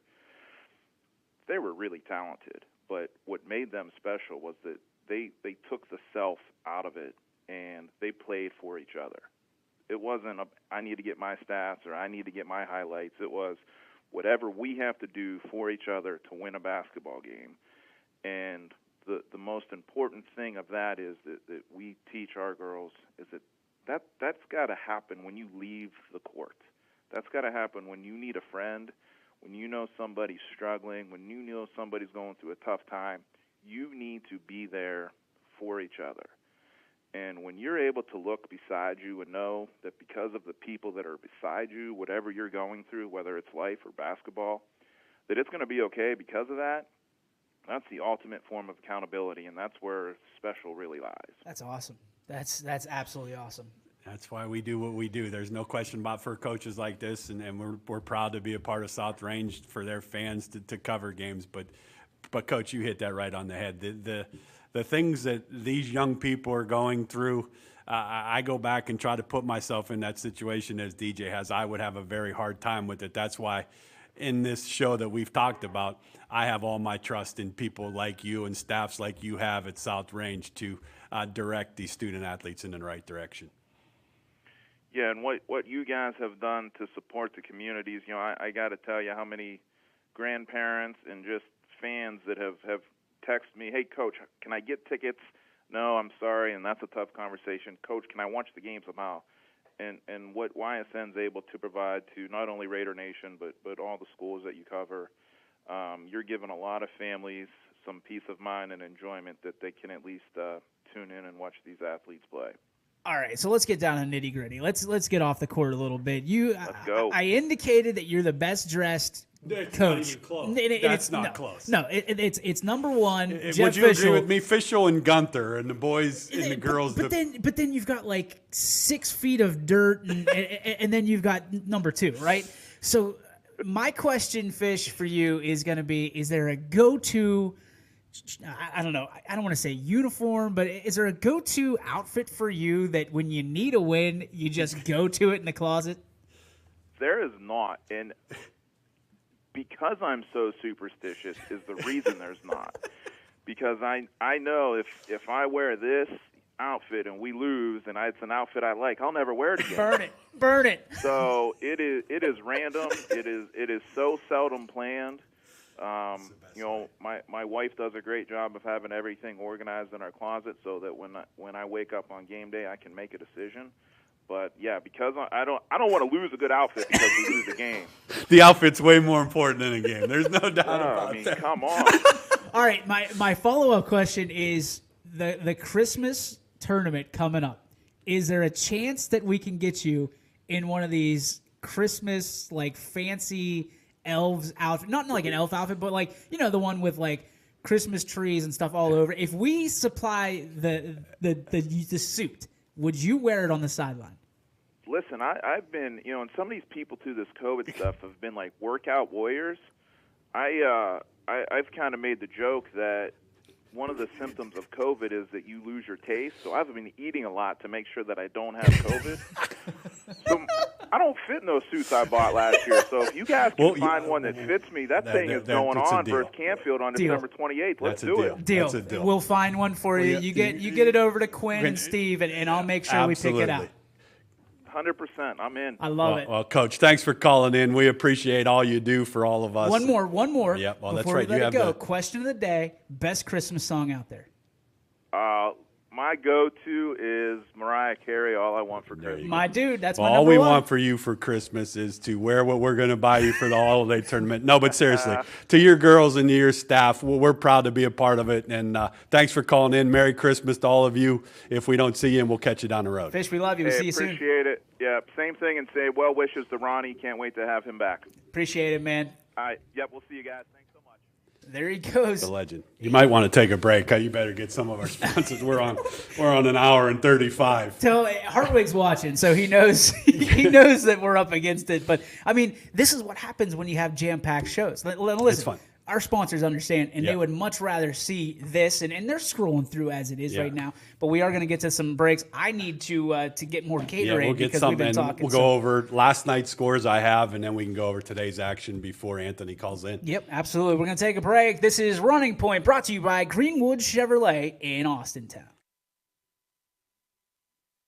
21 News. Let's get right to our top story tonight. More experienced reporters A new Wilmington restaurant. GM Lordstown. telling more local stories We'll look at Baby boy is recovering from a broken. around our Good valley afternoon. We are here in Youngstown, right up. because you expect It's important for everyone. No place like home. more local news. In Mercer County Before Court. they become life-threatening. 21 News is our valley's #1 local news. Welcome home to a home made homier with Baird Brothers Fine Hardwoods. Inspiration starts at BairdBrothers.com and is turned into reality when high-quality hardwoods are delivered right to your home. Baird Brothers has the latest design trends, shiplap and skinny lap interior siding, antique oak rustic flooring, and, well, you'll find them all at BairdBrothers.com. Ordered easily, delivered conveniently, enjoyed comfortably. BairdBrothers.com. Attention football fans, order Coca's Pizza tailgate package for only $54.99. You'll receive 24 slices of our delicious cheese pizza, 20 jumbo wings, and 2 of our famous foot-long pepperoni rolls. Coca's Pizza, we serve it hot. Hi, this is Tommy Clem, owner of WRS Insurance Solutions. WRS Insurance Solutions is a local independent agency that specializes in life, Medicare, long-term care, and disability products. Call us at 330-953-3722 or visit us at wrsinsuranceSolutions.com to learn more. Good luck to all the student athletes in the Valley. Your Armstrong services are more important than ever. There are more and more connected devices in the home these days. To get the most out of your experience, you need a network that is always getting better. You deserve superior performance, and that's what Armstrong offers every day. Whether you're working from home, enjoying your favorite content together, or simply catching up while apart, count on Armstrong to keep you connected to what matters most.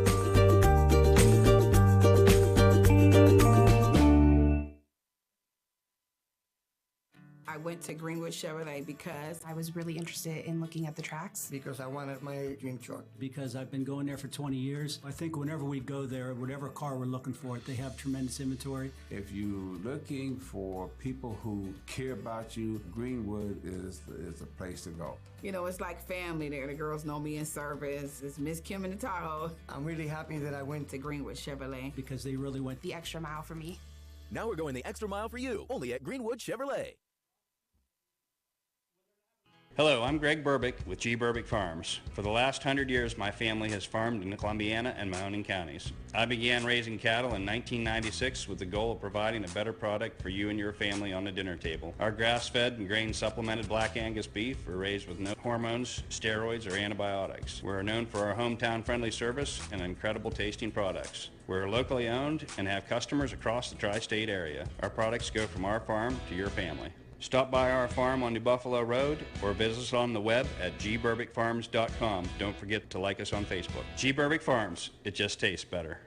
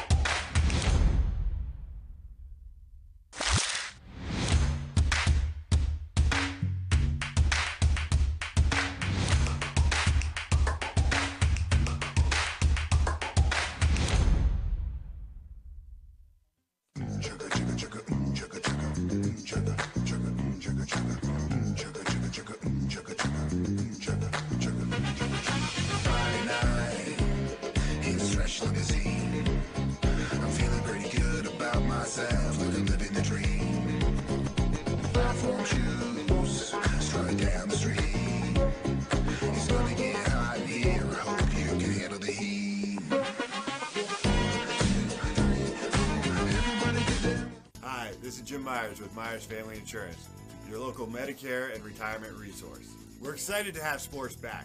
Whether you're on the field or cheering from the stands, sports unifies communities and brings hope for the future.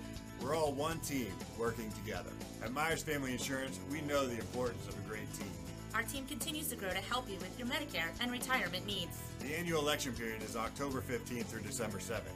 Now's the time to make sure your plan continues to meet your needs for the upcoming year. Call today. And welcome back to Running Point, brought to you by Greenwood Chevrolet in Austintown. DJ Yoakley, Quinn Pushkar, and Steve Leslie with you here. Guys, so far, jam-packed show, a lot of coaches, a lot of experience, both new and old when it comes to how many seasons they've been around, and a lot of insight. And I'm really interested because we got of course, the MP Vivo heating and air conditioning fan line open. Give us a call at 330-886-0813. Anthony Hartwig calling in at 1:45. Grace Leslie calling in right after that, and Keith Gunther will conclude our show at 2:30 from Ursuline. Steve, out of all those interviews, all those coaches' conversations, and you've been in their shoes before, talk to me about one of the bigger takeaways that you had. I just the respect that they have for the day by day. I think we've talked with Quinn, who's going through it as a coach now. They're all a little different in their styles, but the ending story is the same. You could see the respect that they have to be playing, obviously, which we've talked about, but you could see the closeness that they have for the teams that they coach. And this, in my opinion, as a coach now, is not so much, Quinn, this would be a good one for you to answer, not so much the on-the-court or in-game things, but it's what are you doing away from when you leave basketball practice? Off the court. That has to be a huge, and I go to Sean. We talked a lot during the year. That was a big thing for Springfield's football team. What do you do as a bubbled group to protect those crews? You heard the biggest one for me is Coach Fischel saying how hurt the girls that were at practice knowing that there were 4 or 5 in quarantine. Yep. That shows you what we're dealing with here. It's not so much the ones that are at practice. It's you feel for the ones that are isolated. Isolation, when you look at it, is a pretty hard word to accept. Yeah, nobody wants to be alone. We're Right. by natural, we want to be around other people. That's why we have family. Right. Nobody wants to But be when alone. you look at those coaches, everyone we've done, that's what one of their strongest aspects of them as a model and a coach is that I think every one of these teams knows that their head coach has their back. Q, I know you're with Huck. Talk a little bit about the off-the-court relationships that you have to have. Yeah, I mean, it's one of those things, like, it's a lot of trusting. Is it Zoom? Is it like when I was the head coach at Ursuline and Mooney basketball, I didn't have that. have They didn't group have text. internet back then, right? Right. Now that was, there was no internet. I'm with Coach DeShields, the internet's back. But that was something that I didn't have to worry about as a coach. Now, even you as an assistant coach, it's more Zoom, StreamYard, the things that we do here at YSN. Is that how you guys are going through things? Kind of, and I mean, we're in a good spot where we don't have as many kids. We're not a big time school, like we're not massive. We don't have 30 kids on the team, so we're able to do a lot of stuff still to where we're still staying distant. We're still socially distancing ourselves, all that stuff, because we have that ability with the limited amount of kids that we have in our program.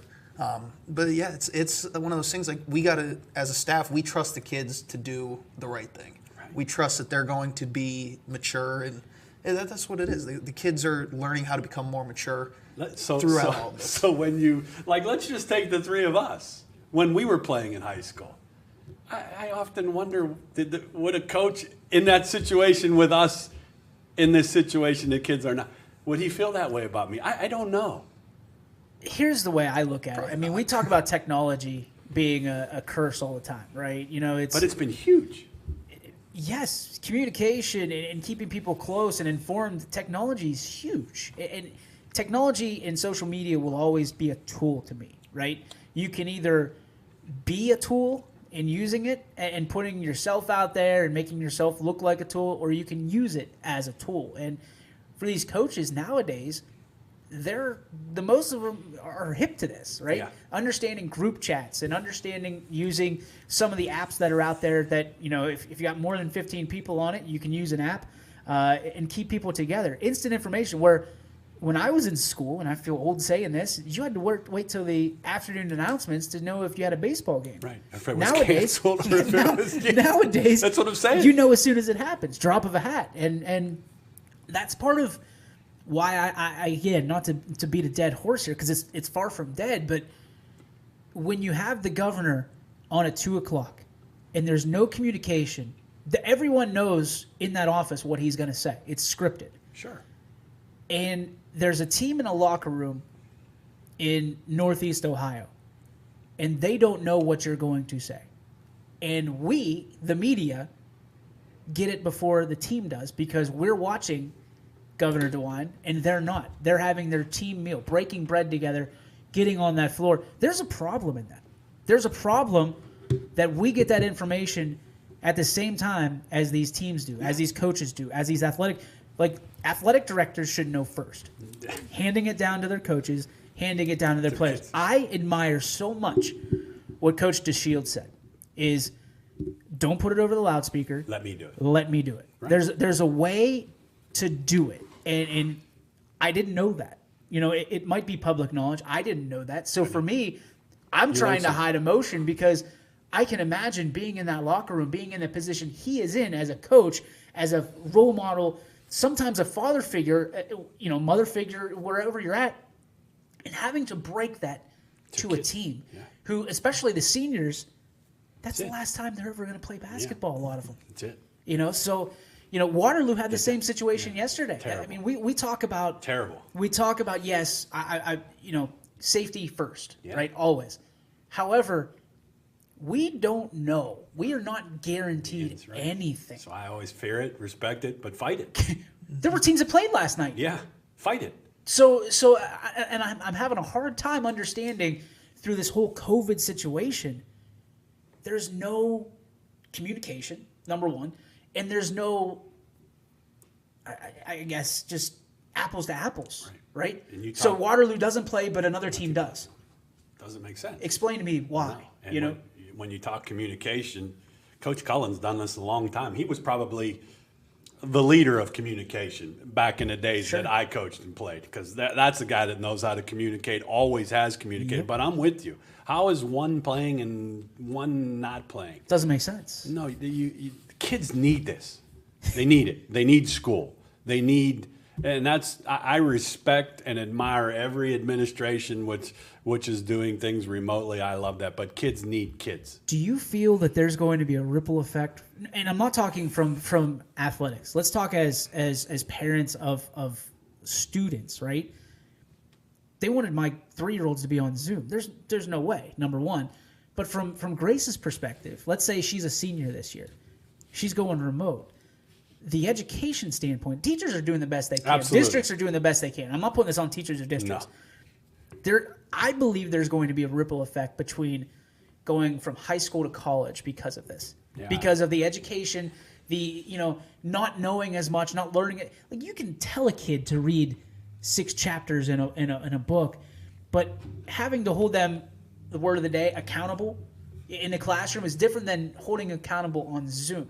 Right. So I think there's going to be a ripple effect for years to come. I agree with you. I would. That's an interesting thing. I mean, Daniel is a senior at Robert Morris that didn't have to go through all this. Grace is a sophomore. I'm curious to see how the seniors of last year that are in their first year of college, how has it affected them? That's tough to be in a remote learning situation at home. Yeah. I mean, people think that, oh yeah, you're at home. It's good. No, it's still school. The Twiggy's calling in right now. We'll get Anthony Hartwig on the line. Twiggy, you there? Yeah, I'm here. How you guys doing? We're doing well, brother. How are you? I'm good. I've been listening all day. You guys are doing a great job taking over, and I know it's a hard job. I've done it, and I commend you guys for taking the seats and running on a good show. Well, we're just trying to keep the seat warm for you. So it's an interesting dynamic, I would say, in the world we're living in right now. We're talking to Anthony Hartwig, who is the social media director as well as the content director here for YSN. Anthony, a lot of interesting content last night. The South Range girls with a big win over Salem. We had Coach Fish on, and when you look at it, he's going to downplay it a little bit because a win's a win right now. A big win. He had a lot of props for Salem, but in your perspective, how big was that victory last night for the Lady Raiders? It's huge, especially since Salem just came off a win against Poland, who's had South Range's number the last couple of years. So when you can beat a team that's also beating a team that you can't seem to get past the last couple of years, that's big for morale. That's big for confidence. And coming off a loss against Laurel, I'm sure that made all their players kind of feel like the work they've put in so far has been accredited, and it's probably a big confidence boost for everyone there. Yeah, no question. I just got a text from Paul, Dejan, and Anthony that all games tonight have been confirmed and are a go. So that's a positive that we talk about, the daily positive. So, Anthony, I know tomorrow I'm looking, you have the Mooney Canton Central Catholic game tomorrow. That should be a good basketball game. It should, and I'm excited for Mooney because they were supposed to play on Wednesday, and at the last minute their game got canceled. So I'm sure they're so excited to get on the court. Coach Baker does a good job with the Lady Cardinals, and I'm just excited to be in that gym. It's one of the more special gyms in the area. You get to see all the history of Mooney, and I'm definitely excited for getting to call Mooney and then also getting to expose Canton Central Catholic to a little bit of what YSN does. Yeah, I'm interested in because you and I kind of we monitor the social. I monitor it more. You kind of go after it, and as always, you do a great job and want to make sure that it's out there. I caught the Baker tweet the other night, and that's one of those tweets that you just kind of feel, right? You feel it in your bones because there was a lot of disappointment that they had to wait to play, and when you saw that, there was a really interesting tweet from you as a response on behalf of YSN. Take me through kind of, I don't want to say the disappointment level, but kind of what goes through your mind when you see a tweet like that and how you respond. I gave him one of those gifts that it was like just a ugh, because you're looking forward to it so much, and it's almost like a popping of the balloon where you're just the anticipation drops. And I just told him how excited we were just to see the Lady Cardinals on the court because we all are. They're always a great team. They're always fun to watch, and we're going to be able to kind of share that excitement on Saturday. And unfortunately, we've seen a lot of those kind of tweets this season where teams get the game canceled the last minute and they don't know what to do. I mean, Waterloo had it last night, and I was talking to one of their coaches, and it was hard for them to talk to their girls and just say, hey, we can't play now until January, even though they had a game ready to go last night. Yeah, we look at last night's action, Anthony. Some of the scores we had: South Range, obviously 69-54 over the Salem Quakers. Lowville gets a 41-20 win over Camel.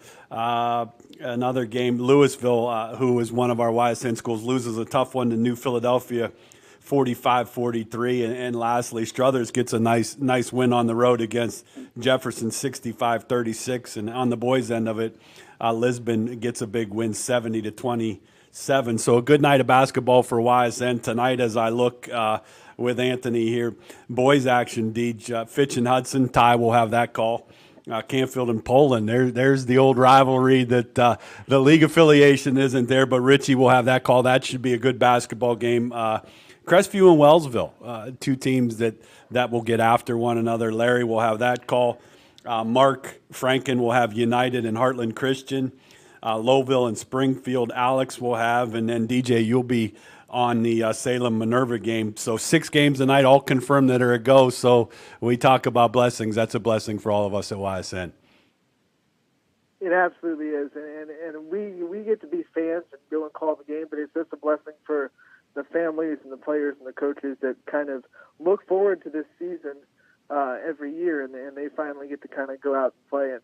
And I've loved the coaches. I think they've all nailed it on this show so far, and how these teams are starting to kind of respect the day-by-day atmosphere of basketball and saying, we're not just taking a practice for granted. I love that Coach Fitchell said, we're going to win practice before we win a game against Struthers.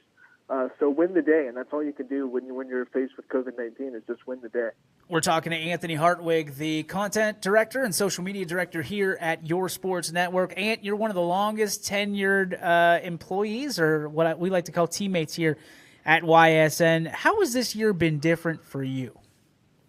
It's just, usually I have my whole schedule, like when the beginning of basketball season, this is where I'm going to be for the whole basketball season. Now it's all like up in the air. I'll get a text on Monday that says, hey, can you go cover this game that got scheduled last minute on Wednesday. Yeah, I'm good for it. It's a lot more on the fly than what we're used to, and we're all for it. We're gonna do it, but it's definitely less structured and more chaos than years before. Yeah, Ty got his game announcement yesterday on Power Hour 3 to 4. Hey, do you mind going to Jefferson? But no, that is. I look at Saturday's games. You have the Mooney Canton Central. Let's be honest, a light Saturday for us at YSN. Another girls game. We talked with Coach DeShields. This is going to be a great game. Michael G's going to have a West Branch and Chippewa will be a good one. And then Deech, 4 boys games tomorrow. Fitch and Struthers with Ty. That's a game that's interesting. Fitch has some athletes. Struthers last week had a big win against Canfield. Struthers is that team that, Anthony, I'm sure you agree, everybody's talking about right now. And then the other 3 games, Richmond, Edison, and Conotton Valley, the students will be taking that game. I look forward to listening to them, obviously. Valley Christian and the Urban Scholars. Watch this game. Yeah. Watch this game. And the announcers, the dynamic duo the A-team of Mac and Betos. Oh, jeez. Well, if you don't watch any other games, and obviously for me, Fitch and Struthers is a great game. The marquee game. But if you're looking for pure entertainment and you're looking to throw the Depends on Saturday night and pee yourself laughing, right, it's going to be Betos and what we're calling Billy McCarty right now. But Billy Mack has really grown. Those two together have grown into really good announcers because they embody what YSN is. Sure. It's information and entertainment at the same time. And obviously, it's funny, we talk about light being a light day at YSN. You remember the days where we were just doing one game a day, like back in the early days where it wasn't even brick by brick yet. Right. It was just brick. Yeah. So, it's funny because Anthony was there. Yeah, Anthony was in the early stage, as were you, Steve. So that's why it's funny when people say, light day. Light day. Yeah, a 5 o'clocker tomorrow. I don't want to forget that one. Quinn was here. Lisbon will play Crestview. Should be another good game. And I think 5 o'clock. Don't we have a swim meet as well? I did watch that yesterday, and I enjoyed that. Unbelievable. Well, we're going to talk about that a little bit at length. But Anthony watched it. Let's just talk about it right now. Unbelievable. Anthony, when you were watching the swim, you were the one that took a screenshot, put it into our group chat, and said, "Do we have swimming? Yes, we do." Right. Yes, we do. We can do that. One of the commercials that I used to see a couple of years ago, we do that. We do that. So it was just another notch on YSN. I thought the guys did a wonderful job commentating swimming. They knew what they were talking about.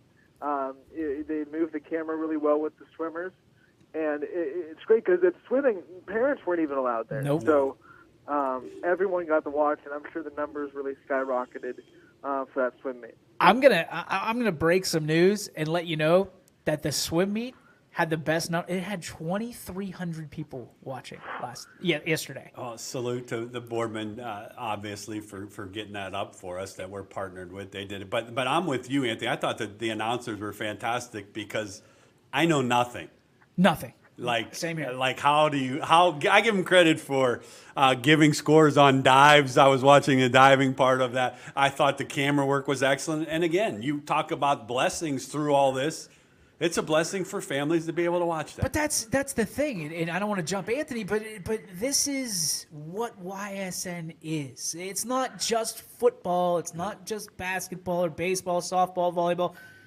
If your kids are out there and you want them to be represented, call. It's as easy as that. And hit your athletic director up and say, why don't we have your sports network? Because, Anthony, how much does it cost the schools? $0. $0. And we give back. Whether it's the connection of 10% back with sponsorships, or we do pay-per-view, or whatever we need to do, we can do guaranteed money for you if that's what you want. There's a couple of conferences that do that.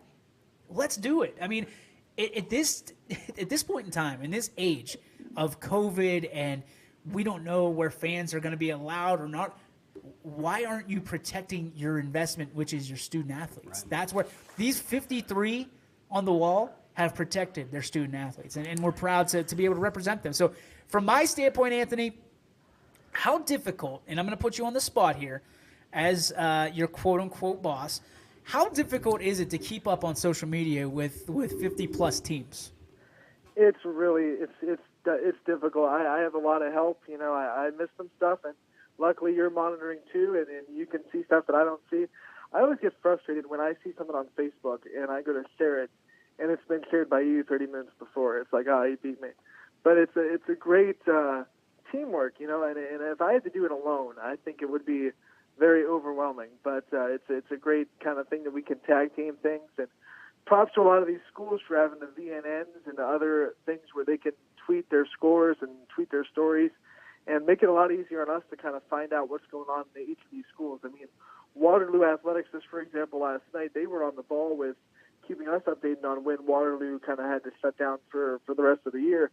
So, you know, that's something that we kind of depend on when these schools have such great, you know, social media accounts and the people that run them. Shout out to Mike DeVries and Mike Swinhart. Mike Swinhart's such a blessing to YSN from the outside in, and he's a name you're going to hear a lot more on YSN as we get him acclimated. He's got not a whole lot to do from the standpoint of other than work for the next month, so we're going to get him in on the act here at YSN.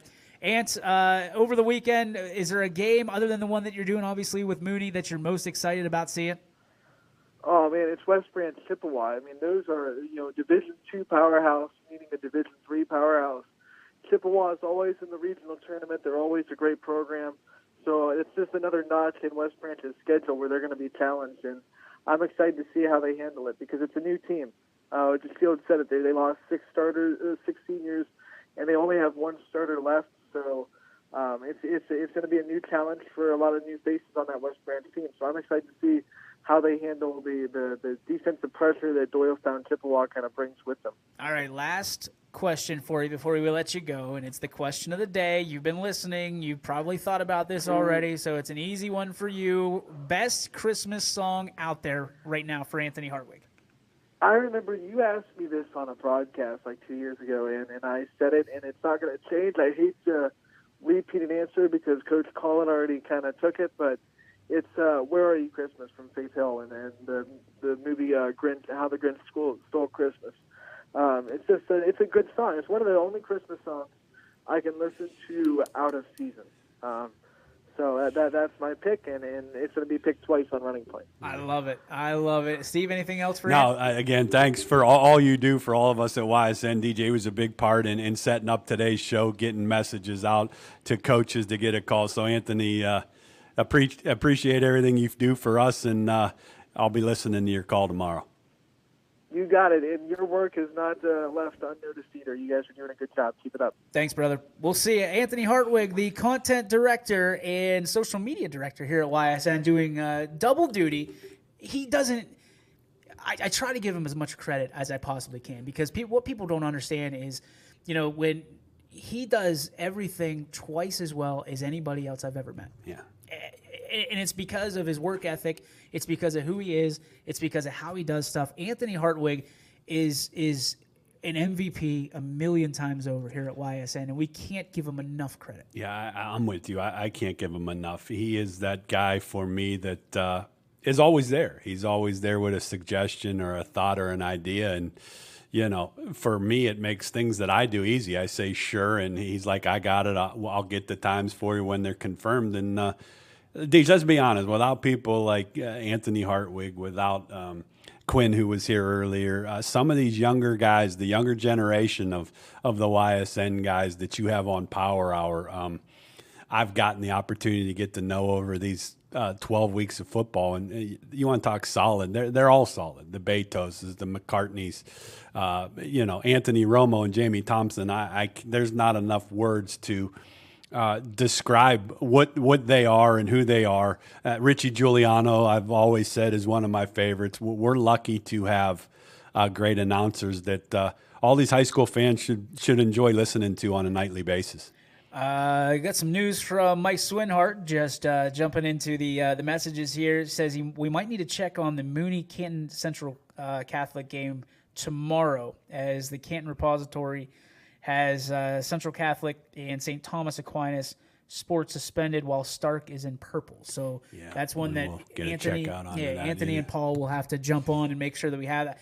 I can almost hear the deflating of Anthony Hartwig right now as we break that news. So thanks to our, I mean, he is our, Mike Swinhart has been our. Phenomenal. Who should I compare him to? He is like the Adam Schefter here for YSN. Always keeping us up to date, on our toes. So tip of the cap to Mike. He does such a great job for us, and we'll continue. So we'll keep an eye on the Mooney game for Saturday. And Anthony, I'm sure, is already probably on the phone or looking on social media for that right now. Steve, a really different running point today. Bringing a different perspective, bringing a different kind of idea to it. Ron and Anthony do a fantastic job. We're not trying to take anything away from them, but what we're trying to do is open the doors for coaches, student athletes, sponsors, people of that nature to jump in. Yeah. While the water's warm. And listen, it's warm here at YSN. So if you like what you're seeing, if you appreciate what you're seeing, if it's a different look, obviously not as many callers call in. Sure. And we're going to get to him here in a little bit before we get to Keith Gunther, the Ursuline boys head basketball coach here at 2:30. Steve, there are some opinions that we need to express over some of the sports, maybe not necessarily at the local level, but COVID's had an effect on almost everything. Yeah. Everything we do, and we talked about the Pittsburgh game and the Baltimore game. You and I had some floating interest in it. Right. But we waited 6 days for that. Yeah, let's start with just the Ohio State situation. Yeah. Bizarre. I mean, the Big Ten waited so long when you talk about respect it, fear it, fight it. They waited so long that they are putting one of the best college football teams in jeopardy of not being able to participate in the college playoffs. How frustrating is that for you as a diehard Ohio State fan? Well, I love Ohio State. I'm a big Notre Dame fan. You know what? I don't buy they're not that good. Are you kidding me? Listen, Ohio State's pretty damn good. And this is an argument that Ron and I have. Justin Fields is pretty good. Listen, you line up Cincinnati all you want. No. That's a 30-point game. Yeah, they're way better than Cincinnati.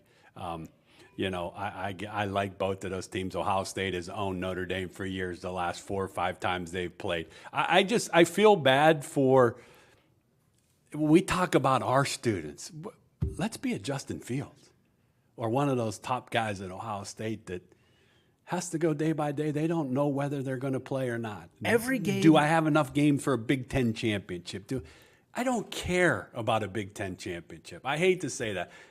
If they get enough games, they're one of the top 4 teams. Let me ask you this. Do you think they came back to just win a Big Ten championship? No. They came back for one reason.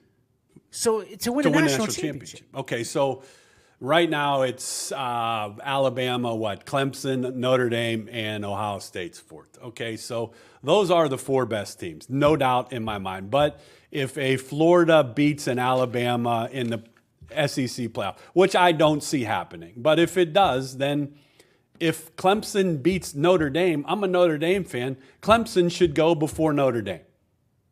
You beat them without their best player. Yeah, that quarterback was phenomenal, but he's not Trevor Lawrence. So if a Florida win over Alabama throws them in, then the winner of the Notre Dame-Clemson game should be the other team in, and if Ohio State's undefeated, they should be in. I'm not sold on Notre Dame. I'm just not. I'm sorry. I'm not. Defensively, yes. Offensively, the jury's out. I'm with you there. But I'm saying if Ohio State's undefeated, whether it be 5 games, 4 games, 6 games, they're one of the best 4 teams. I agree with you. But they're going to sit there. And here's my other beef with the way they're doing the Entertainment Sports Programming Network. Yeah, it's really interesting to me that you have to have this many games to qualify for a Big Ten championship. Look at the teams and tell me that Ohio State should not be, if there is a Big Ten championship, in that game right now. And the other question, who's going to be there with them? Is it going to be Wisconsin? Right. That's my problem. All these other leagues can go find teams for people to play. Game day is at Coastal Carolina, who was supposed to play Liberty. Liberty got hit. They come up with another game for them to play. Find someone for Ohio State to play if Michigan can't play the following week. And if you're Michigan, you have to play. But you don't, because if you can step away from it and screw out Ohio State, you're going to do it. Let's be honest. You're going to do it. Because there's no love lost there. I don't care. You're going to do it, right? Yeah, absolutely. Okay, so that's the college. The pro debacle. See, I don't even know where to start. I'm more of a pro. To me, what is the difference that Denver had no quarterback and you played that game? From a pissed off standpoint, because they waited, right, until after the Steelers game to say, oh, by the way, none of them had COVID. Right. So you penalized the three quarterbacks that didn't have and they got, masks what, a on. fine, I think, for not wearing a mask. But the 22 jackwagons in Baltimore, you're going to sit there and go, well, we'll back up your game. Yeah. How many days do you need? It was what, Thanksgiving night, then it went to Sunday night? Yep. And then to Sunday afternoon at 1:15. Sunday afternoon, then it went to Tuesday. And then Wednesday. At 3:40. Because of the freaking tree lighting. That no one can go to. That nobody watches. Whether they watch it or not, there was no one there. So Richie Giuliano had a great take yesterday. That's the best beef I heard. And he said, well, other than Jeff's. Jeff had a great take. But I told you my feelings on Jeff. That show of Power Hour yesterday may have been the best thing I've ever listened to. We'll just leave that there. My favorite hour of the day, right there. That's a great show. It's when informative, but also funny. Yeah, and it takes a certain kind of tongue in cheek to take it in. But let's be honest. If you can't, with what we're going through now, if you can't have a little fun, no. You'll drive yourself crazy. If you think Jeff Bezos is going to be... Wouldn't hurt a flea. I've watched him with your two girls here. No, he's Uncle Jeff for a reason. There's no doubt. But I got to say this. Richie Giuliano's take yesterday, fantastic. Didn't even think about it from my end because I'm at Sebring doing a game. 3:40, people are still at work. Right. And in the era of COVID where you have to go to work because not everybody has a job anymore, there's some frustration there. Sure. Because you come home and the game's almost over. Right. You know, and from that standpoint, you and I got frustrated because rule number one, when you're in a group text, if you're don't put the Maluch on someone. Yeah, that's no jinxing. No jinxing. If a team's got the football and there's less than 3 minutes to go. You're going to win this game. Yeah. Shut up. Shot it. But Bud Dupree gets hurt. Awful.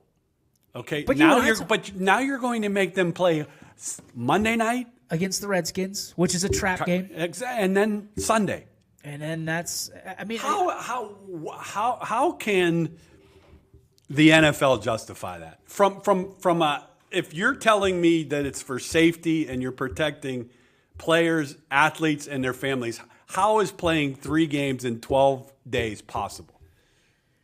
You and I talked about the legalese of this. If I'm Bud Dupree right now, I'm meeting with my player rep, and I'm saying, figure it out for me. This is going to cost me millions of dollars because most people don't think about this.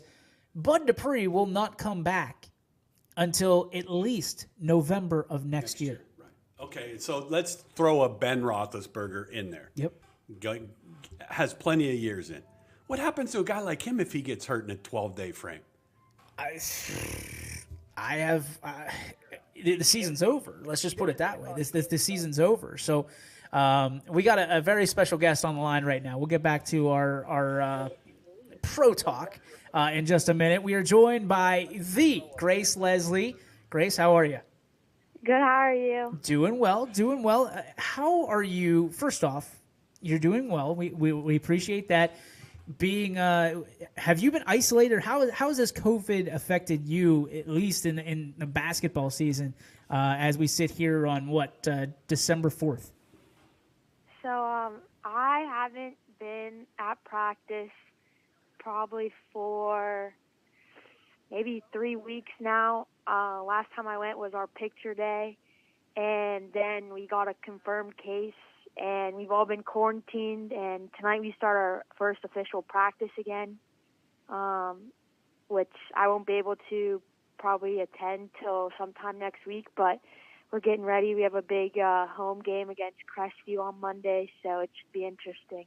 A young lady just celebrating her sweet 16th birthday. For belated happy birthday. I know we talked about it Thank you. last week, but Grace, as a 16-year-old, it feels like the world is kind of squeezing you a little bit from a mental state. How are you feeling as a player, as a student athlete, and as somebody just trying to figure out the way the world's working right now?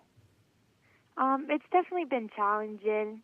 I have to say the not being around your normal environment that you're in every day, you know, seeing your friends, learning from your teachers, like being home is a way different situation than it is in being in the classroom. It's much difficult to learn, to not get distracted, but the most thing I've struggled with is being on the court with my friends. And, you know, we want to win a district championship. That's our number one goal. And Coach Kernan has been getting us ready, and hopefully we can make it pretty far. We talked earlier with Coach Fischel of South Range, and he spoke of the Lady Raiders and how close-knit their team is. You said that obviously a district championship, your number one goal, but as a friend, as part of the Ursuline family and the Ursuline Lady basketball team, Lady Irish basketball team, what have you missed the most about being away from your friends and your family? It's definitely been challenging. Luckily, I've been able to see, you know, the three people that I'm always with, my mom and my grandparents. But, you know, it hurts not to see my brother. I mean, he was supposed to come home for Thanksgiving, but plans change, and I haven't seen my dad. You know, it's challenging.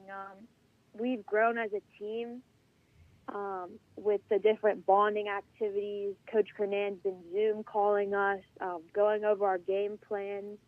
But we're definitely a tight group.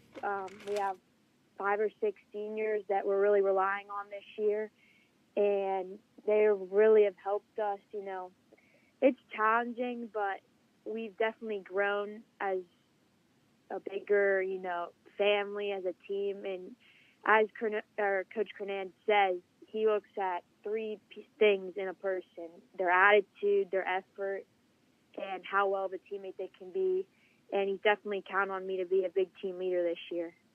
Well, I think we all know that you're a team leader from obviously your brother and your parents who have been great leaders, great role models, even for me. So when you look at everything you've said so far, the word challenging continues to come out.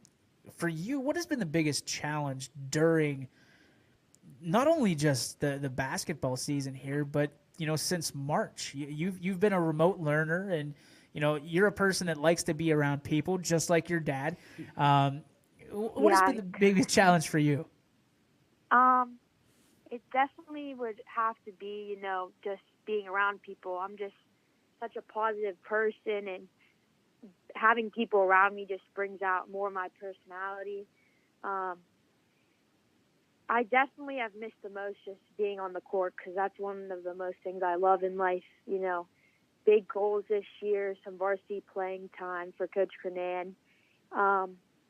But I think the biggest challenge to me has just been waking up day by day. I feel like I've been in this house for way too long, and people don't understand how hard it is. But, you know, hopefully by next week I should be able to go. We're going to be back in school. It starts back up on Monday, and hopefully we just, you know, grind, you know. Well, you got to make sure you get Dad's credit card so you can do all the Christmas shopping. I definitely need some good gifts. So here's my question for you. What is Santa going to bring Grace Leslie this year? Well, my list, not to, like, you know. But here's your shot, kid. I'm just you're putting your dad on the spot. So I'm giving you the open mic to put your dad on the spot in Santa Claus, of course. It's definitely a page and a half long. It's been sent to both my parents. A lot of high-quality stuff, as always. But I think Daniel definitely has me beat with the new PS5, which, you know, tops everything. But well, Daniel hasn't been good this year, so he's getting a lump of coal. And, you know, I'm always the favorite. I mean, I hate to admit it, but this is true. That's how it rolls. But a lot of clothes. I'm a shoe fiend, so those are a lot of things on the list. But one thing I'm most thankful for, and that I can't wait for Christmas, is just to be around my family, hopefully to spend my time with the family members that I haven't seen, and also, you know, make it big in the South Range Christmas tournament. Those are a few of my gifts too and wishes. Well, we got an extra present for you this year because it sounds like the South Range coach, Jeff Fischel, is going to be wearing a very special vessel, this very special outfit, courtesy of YSN. I wish you could get Coach Kernan in one of those, but I don't think it'll happen. Well, Coach Kernan owes me a favor, too, especially because we're cutting a check to him later today. So maybe I might be able to push that one as well. Yeah. Grace, one of the things from my standpoint, obviously we know each other very well. You're like a daughter to me, or a niece from that perspective. You've been such a great role model to my girls. Talk to me about, from your standpoint, going from being, someone who looks up to people to being someone people look up to. How has that transition been for you? And obviously, it's more than just my girls. It's people around Seton Park. It's people at Ursuline. You're now a role model. What is it like for you? It's definitely special. I take a lot of pride in it because I know that a lot of people look up to me just by the way I act every day in the halls. I'm always that smile when someone needs it. And the most important thing I've been taught growing up from my dad was just to be you, Someone is having a bad day, you smile at them. I bet their day makes it 100 times better. But I've definitely lived my life through that quote or statement that my dad has always said. I get the text every day, just be you on the court with your family, in school, academically. But I definitely take a lot of pride in it. I know that Cece and Coco are two of my favorite little girls, but it's definitely special. I definitely wake up every day and I'm glad that I'm a role model to people. We appreciate you. Dad, anything before Grace leaves? No, I appreciate you. We've talked about this. DJ and I have talked to Grace. I think, COVID is, fear it, respect it, and fight it. And you and the Ursuline girls basketball team and all the teams that we have and all our boys teams have fought that. And let's just hope for better days. But on your end of it, I'm proud of who you are and continue to be you, like you said. Grace, you still there? Yeah, I'm good. All right. Dad cut off. I cut off. I'm sorry. Just be you and take care of your mama. Yes, sir. All right, that's going to do it. That was Grace Leslie, the Ursuline standout. How's that to hear, Stevie? Yeah, it feels good. She's doing a nice job. Obviously, she's missed quite a bit of time, so she will probably play some JV action, which I'm thrilled with. And, with a bunch of seniors, she's going to be some of these younger girls on this basketball team. Coach Fischel has said that the bench is going to be key, and she knows that. And when she gets back, she'll get after it and get where she needs to be. Gracie, thank you for joining us. We appreciate you. Get to that schoolwork so you can keep that GPA up, all right? Yes, sir. All right, there she goes. Grace Leslie, always a special treat joining us here on Running Point on YSN, brought to you by Greenwood Chevrolet in Austintown. We got to change. The first thing I'm going to say here is the Valley Christian game tomorrow. Who are they playing here? Against Urban Scholars has been moved to the 6th with no JV game. No JV. To the 6th or to 6? Oh, move to 6. I'm sorry. It's a 6 o'clock game instead of 7 with no JV game. Okay, so there you have it. Valley Christian will be a 6 o'clock tip-off. Right. Varsity only. Varsity only, so, thereabouts. Yeah, tomorrow we have 5 o'clock Lisbon Crestview. Tomorrow, boys. 6 o'clock. At 6 o'clock, Valley Christian, Urban Scholars, and then 2 7 o'clock games, Fitch and Struthers, and I still want to check Richmond, on. Edison, I swear we have a swim meet tomorrow. I really think we have a swim meet. Really? And I do, but we'll verify that on the Power Hour as I have a chance to kind of break off and get to that. But I mean, what a daughter! I look at you and you're beaming with pride over there. And there's a lot of people out there, in on YS Nation that, they love seeing their kids or hearing their kids' name announced. But you're living it, brother. You get to be able to kind of be the best of both worlds and be a part of that that broadcast and make sure that it's getting. But you never take advantage of. You know what I mean? No, I think you said it best there. And as with 2 young girls at home, you'll appreciate that. There is a. I don't know. There's a big difference. There's just a big difference between Daniel and Grace. They're 2 different people. They're both who they are and do great jobs with it. But relationships with daughters are something that are that'll melt you in a lot of Toast. ways. And let's be honest, she'll test you. You're going to get tested with two of them. There's no doubt about that. Daniel was a little more laid back, but when you get to the announcing part, that's the important thing for me. Like, if it gets to that, I hope someone from Ursuline's basketball family wants to announce. Yep. I really do. And not that I don't want to be there, not that I don't want to do it, but it's an avenue or a venue for a parent to get in and watch if it gets to that. I agree with you. I just think that, I support the governor a lot, but I'm with you. There's a lot of, he's on right now. Hopefully nothing comes up, but there's just, I don't know. I get protecting adults, but I think the kids need to be kids. You heard it in Grace's voice, the missing of walking in a hallway with someone, the missing of just a lot of things that they do that, I haven't seen her for 2 weeks, and Julie's been fantastic with her. School's hard to get up and sit in a desk and sit at a table at home and do it for 7 hours. She was with me the last time they were in quarantine. That's hard to do. Yep. You're not getting, and the teachers are phenomenal. Yep. Anybody that says teachers should not be paid, baloney. Get out of here. Baloney. You get that old state, well, they're off 3 months. They could be off for as long as they want. Educators are what's important for these young kids. Coaches are what's important for these young kids. My rebuttal to that is always, where would you be if there weren't somebody there to educate you? And I think parents, with all due respect, are learning quickly how difficult it is. Oh, there's no doubt. Sit and try to help your kid remote learn. Everything and this is across the board, everything that I learned as a senior, they're learning in 7th, 8th grade. Yeah, let's put Cece and Coco a couple years up into 3rd grade, I'm toast. and you and Sarah have See to you later. Sarah will be good. Right. I'm toast. But it's a different breed. You've gained a respect for a teacher. I think parents have gained respect for coaches. Yep.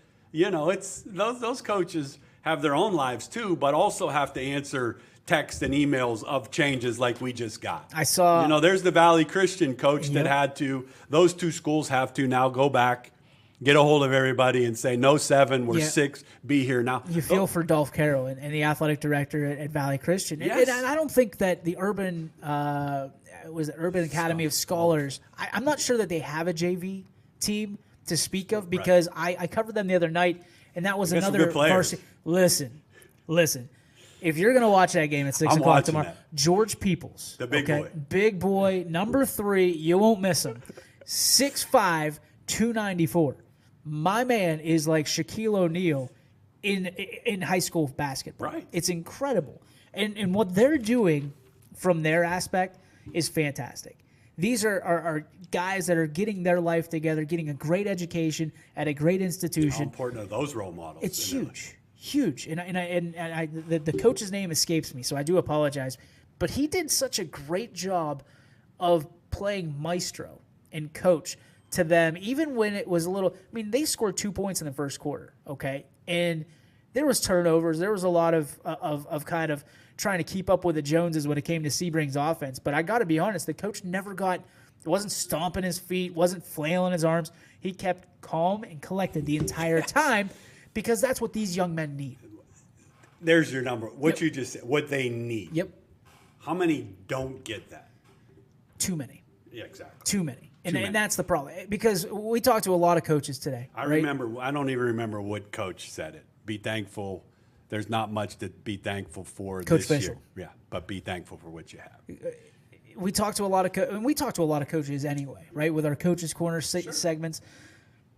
We are very spoiled in this area with the level of talented coaches that we have, the leadership that we have. I mean, go out to the mural right now, and you've got a handful of coaches right there. Jim Tressel, Coach Dan Yeagley. You look at Paul Cusick, and you're just talking football. Go down this, Steve French, John Cullen, Walt DeShields, Jeff Fischel. Then you have Keith Gunther coming up. We are incredibly spoiled, and yet when you're spoiled, you don't necessarily appreciate. Does society spoil you? Yeah, it does. It does. In everything we do. And I think we're in a scenario in the Mahoning Valley that win, lose, or draw, our coaches typically will have the back of our student athletes. There's no question about it. That's my biggest complaint with what they're doing. I'm not a Steeler fan, but I like good players. I've told Minka Fitzpatrick's one of my favorite players to watch. But if there's a serious injury to a Bud Dupree for these next 2 games, you're not only dealing with that player, you're dealing with their entire families. Yep, and that's the frustration. 3 in 12 days. That's incredible frustration, Steve. And we talked about it a little bit, but if you're Bud Dupree and you're out this year on a contract year, I think he's coming up. He's going to get franchise tagged probably. But you look at it from that standpoint, Bud Dupree is out essentially this year in almost the entirety of next year on a contract year. That's tough to swallow. Right. So as we head to we change topics quickly, head to the MP Vivo Heating and Air Conditioning Hotline. We are on with the head ball coach of the Ursuline Irish, Keith Gunther. Coach, how are you? I'm great. How are you guys today? Doing well. Steve, take it away. This is your Coach, first of all, I could hear the excitement in your voice, so practice must be a go today. It's safe to say that? Practice is a go. I'm headed there now. Be ready to go here in about 10 minutes. So looking forward to it. It does not. We're still playing. Yeah. Coach, I'll let DJ jump into me, but Grace just was on before you talking about some things and how hard it is for these kids to play and to do things. On your end of it, Coach, you've done this a long time. We've become very good friends. I know my daughter thinks highly of you as a motivator, as a model, as a coach. Is there something for you? I've been preaching a lot, Keith, of, fear this pandemic, respect it, but fight it. From your end of it, for this basketball team this year, is there something that's been a blessing for you that has gotten you closer with this group of kids? Well, actually, it's just a blessing that we get to actually come together. I know it's sporadic and we're breaking off and kids are getting quarantined, but there's a part of it that makes you appreciate life also. I mean, I tell our kids that, we're getting to practice. You got to realize, some people are hospitalized, some people aren't together, some families aren't together, but we still get to be together as our basketball family. So we got to take every day that we get to practice as a blessing and make sure we appreciate that because, we don't know if this season is going to get taken away from us or not. We don't know what's going to happen in the next couple months. So, you can see the excitement and the joy of just being, in the gym together and practicing. And a lot of times at this stage of the game, you don't see that. If you start to see the kids where, all they care about is playing a game. Well, our kids are actually to the point where they're enjoying practice and just being together. Coach, one of the things that we talk a lot about here at YSN with coaches and with student athletes is battling adversity. You've battled adversity in your personal life, your professional life, and obviously every day you wake up and you're battling something as a human being. Right. Talk to me about what kind of you're educating your student athletes, your players on adversity and how to face it on a daily basis, and they're kind of learning trial by fire with all of this with COVID, correct? That is correct. And, we are pretty open-minded, as a team and as a staff. And, I talked about some, I had a small battle with cancer about a year and a half ago. And, I talked to them about that. And I just, the one thing we tell them about life is never just going to be Kool-Aid and Cadillacs and nice cars and beautiful houses. You're going to go through some things in time. And you got to learn how to deal with that. You have to learn that things aren't going to always go the way you think they should go. Everything's not going to always be perfect. And the one thing you got to be resilient to is to the fact that you got to keep moving forward and keep pressing forward. That's one of the main things we keep telling them. I know a lot of people are upset about the pandemic, so am I. But at the end of the day, you still got to keep moving forward. You got to keep living life, and you got to find the positives out of life. Well, we're looking forward to being a part of Ursuline basketball again on YSN. And Keith, this is big. We've talked about this, the fans. I just have told people, right now it's just parents. But let's be honest, like you said, this changes so much. I said, my opinion, the support for my daughter or whoever to play basketball, if it gets to that point of no fans, I think that is a thing that's going to be important for models like you. You are such a good role model for the players that play for you at Ursuline High School. My question is, How do you? How much has it changed for you this past year and having to deal with what you're dealing with, like you said, on a daily basis? Well, I mean, you know what? The greatest thing is that we got to watch the NBA play without fans, and it's still exciting. Is it as exciting with the fans? No, it's not even close. But there's an excitement that sports and camaraderie brings that I'm sorry, in life, that's the only thing that's, some of the greatest experiences I've had is being involved with a team and sports. So, these kids are getting quarantined. A lot of kids aren't in school. So when they get to come to be with their sports family, no matter if there's fans or not, there's still a level of excitement that motivates them and gets them, some excitement that's still with what's going on in 2020. So let's talk about expectations for a minute. Obviously, Ursuline always coming in with high expectations for yourself, for your team. Does the current situation we're in right now, does it change the expectations that you and your team have for this season in 2020? It just does not change the expectations one bit. To be honest with you, we weren't sure who we were going to have coming from football, what type of team we were going to have. We knew we'd have a chance to be really good, but here in the last couple of weeks, everybody came from football that we were hoping would come. Now, a couple of guys are still quarantined. Dean Boyd is out with an injury, but we have some pretty significant talent. They're young, they're tough, but our expectation is nothing less than win the district, and that's what we've talked about from the first practice. And, I tell everybody, you can make expectations in state, that's great, but you can't win state without winning a district first. So that's our main goal, win district against some really talented teams in the area. We know Struthers is really good. We know Cheney's really good. We know there's a lot of talented teams, but my expectations are no different. If some things happen, we got some young guys that step up, and I feel that's my focus is to win the district. All right, I got a question for you as a coach, and I'm a 35-year-old man, and I'm having trouble because coaches talk about confidence and players talk about swagger. What's the difference between confidence and swagger for your guys especially? For my guys, you know what I tell them all the time.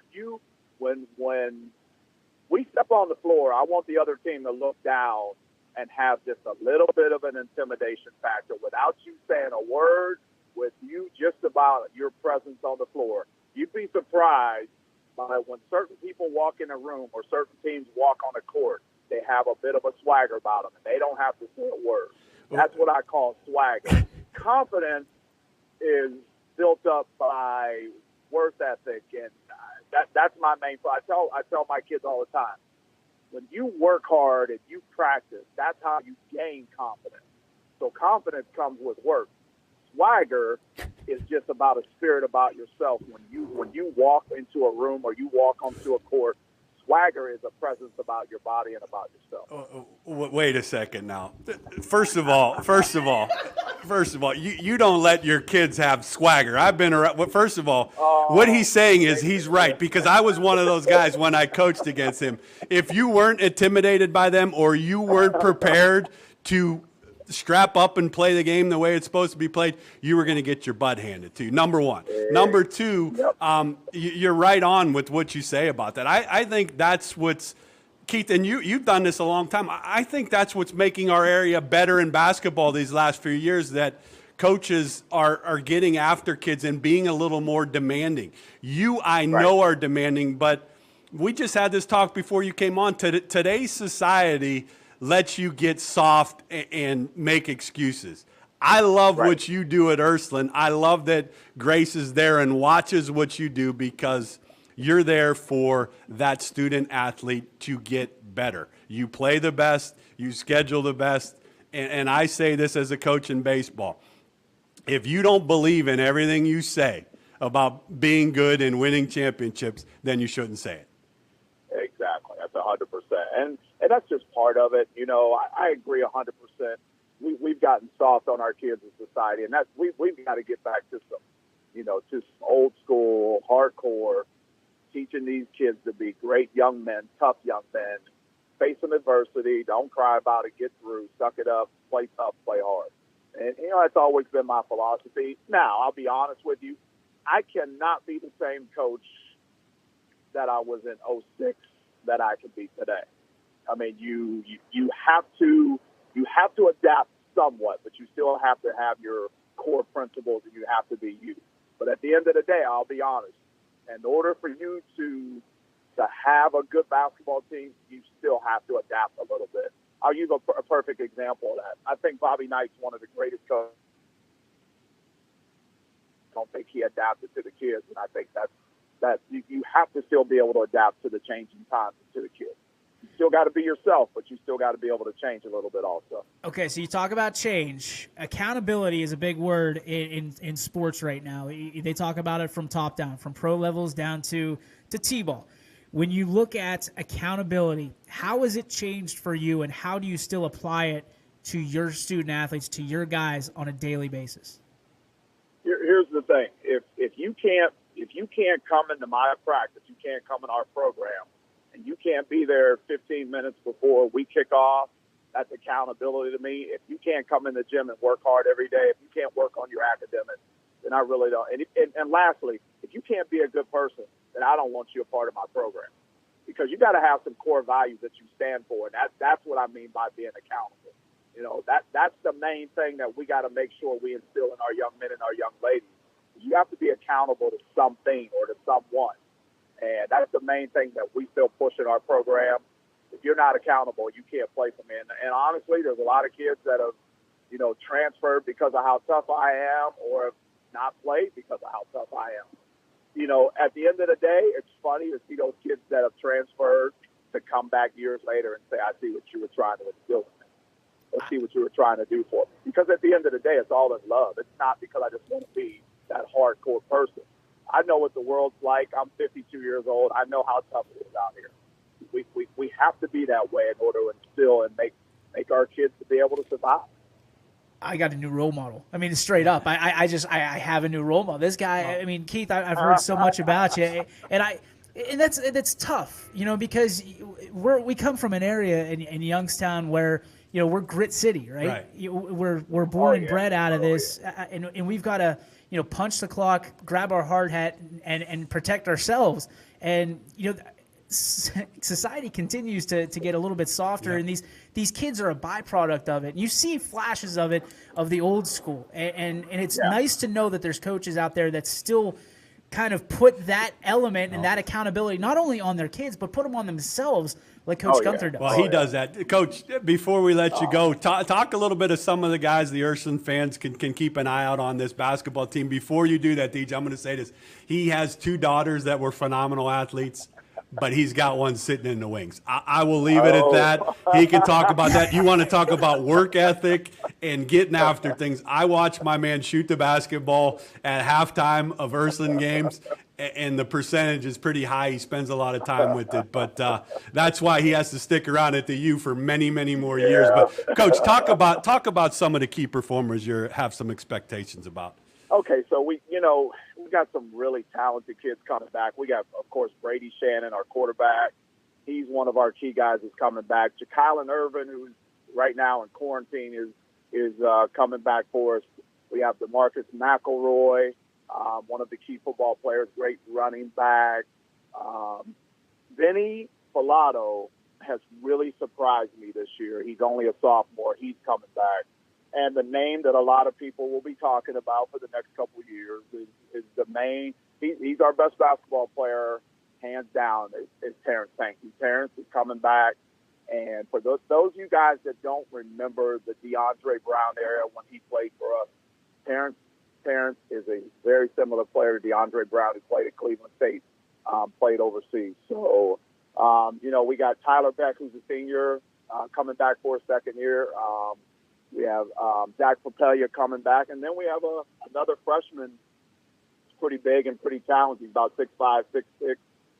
Jaden Payne, and one other freshman. We got Gino Lucini that's coming back. So, a lot of core guys that are talented, and we just got to put it together, get them to gel, get them time together, and if things go the way I think they should, it'll be a great year for us. Coach, I can't tell you how excited we are to watch Ursuline basketball all year on YSN. Of course, Keith Gunther, the head coach of the Ursuline boys basketball team, joining us here as we look to wrap up the show. I'd be remiss if I didn't ask you our question of the day. A little bit of a curveball, as we typically do, so I apologize in advance. Not a basketball question. Go ahead.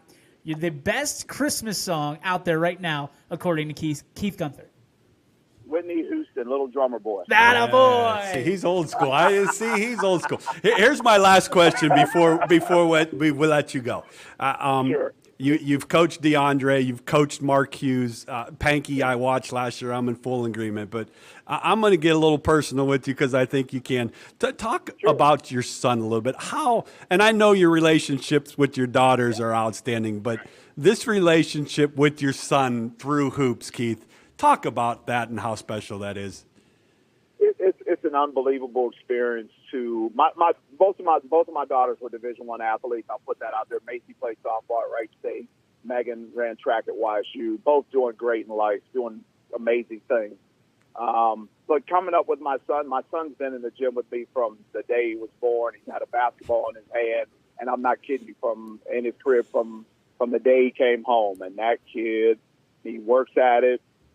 He's one of the top 6th graders in Ohio, and I don't tell him this too much, but the kid works at it, and he's talented. He's really talented, and he's got a bright future. The only issue that we talk about is, whether I'm staying here and coaching him or, whether he's going to stay at LeBray. I'll be honest with you, we don't have a definite answer on that yet. I have such a great relationship with my son. I don't want to ruin that. Yeah.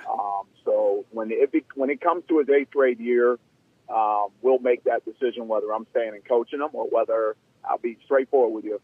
If my son's not playing for me, I won't be coaching here. I'll be watching him.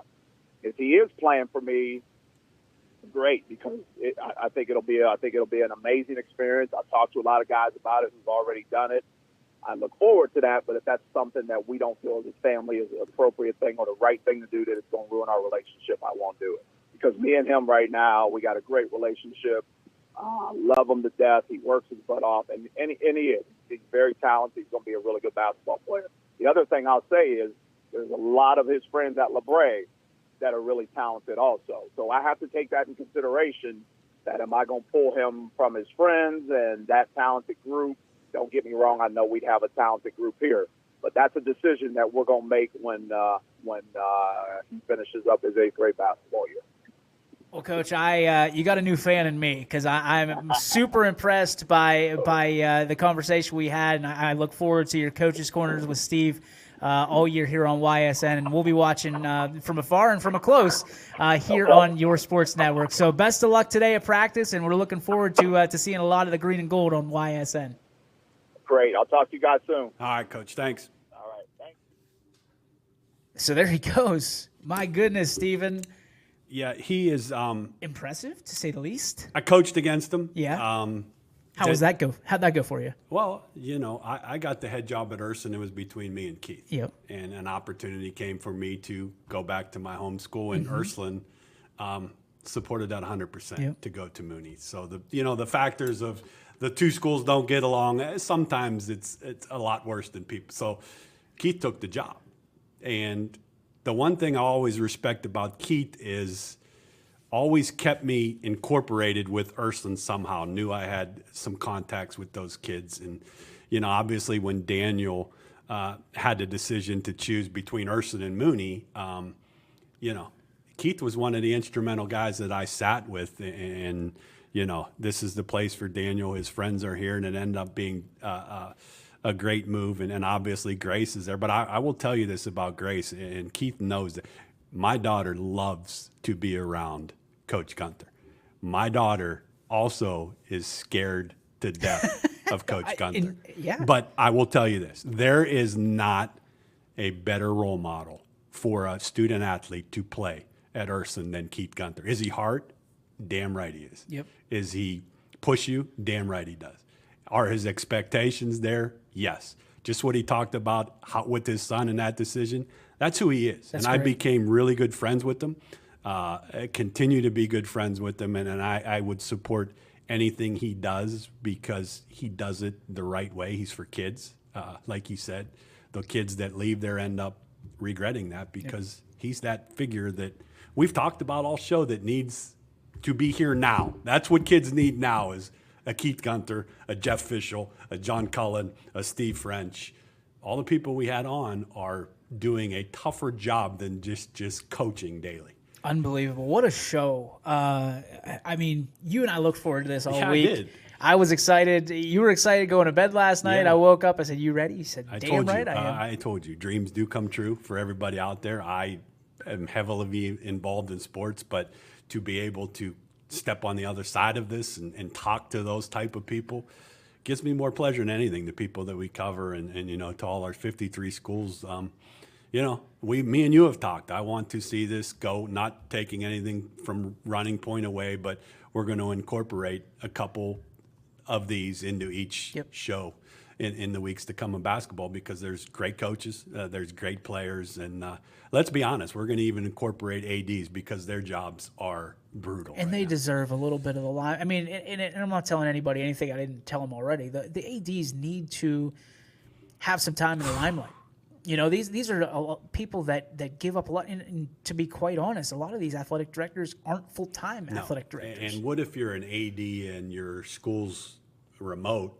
That job's even harder when you're not in school. But you have to go there to get this AD's number from such and such.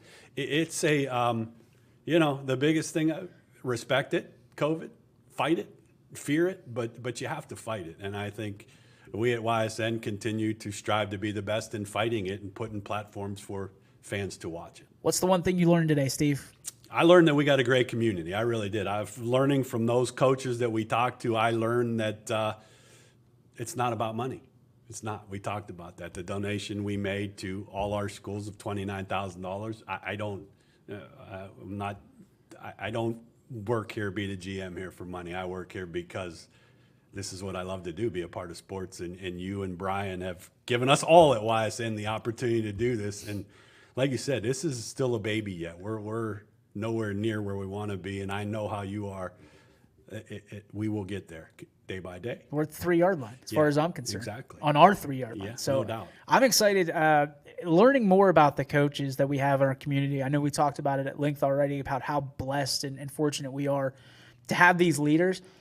But, man, I got to be honest with you. Talking to Coach Gunn, I'm ready to run through that wall right there. Don't you agree that how personal you can get with all of the ones we had on with almost all every coach on that wall? But you look at – because it's a respect. Yeah, you look at our situation. We're talking to them for 10 minutes. These are influencers for the rest of the lives of these youngsters. You know, and I say youngsters relatively speaking because they're anywhere from 13 to 18 years old. But you look at it, how could you not listen to these interviews today as a parent, and not want your kid to be there? Exactly. Like, and I'll throw Daniel out there. Daniel had Tourette's. Missed his senior year of football. Was it?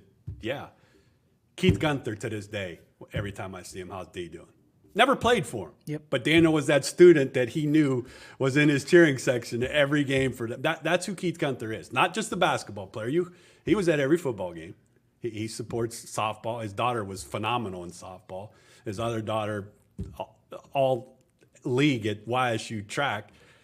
All these guys. That's who you want your kid. I love that Grace goes to Ursuline for the fact that Keith Gunter's there to have a partner life. And that's the difference, right? So much anymore, especially before COVID, it was, you know, my kid isn't getting playing time. Who my cares? kid isn't. But listen, hey, if you're not able to step into that situation and know the entirety of the narrative, maybe step back. What did Keith say? If he's not a good kid, I don't want him. I don't want him.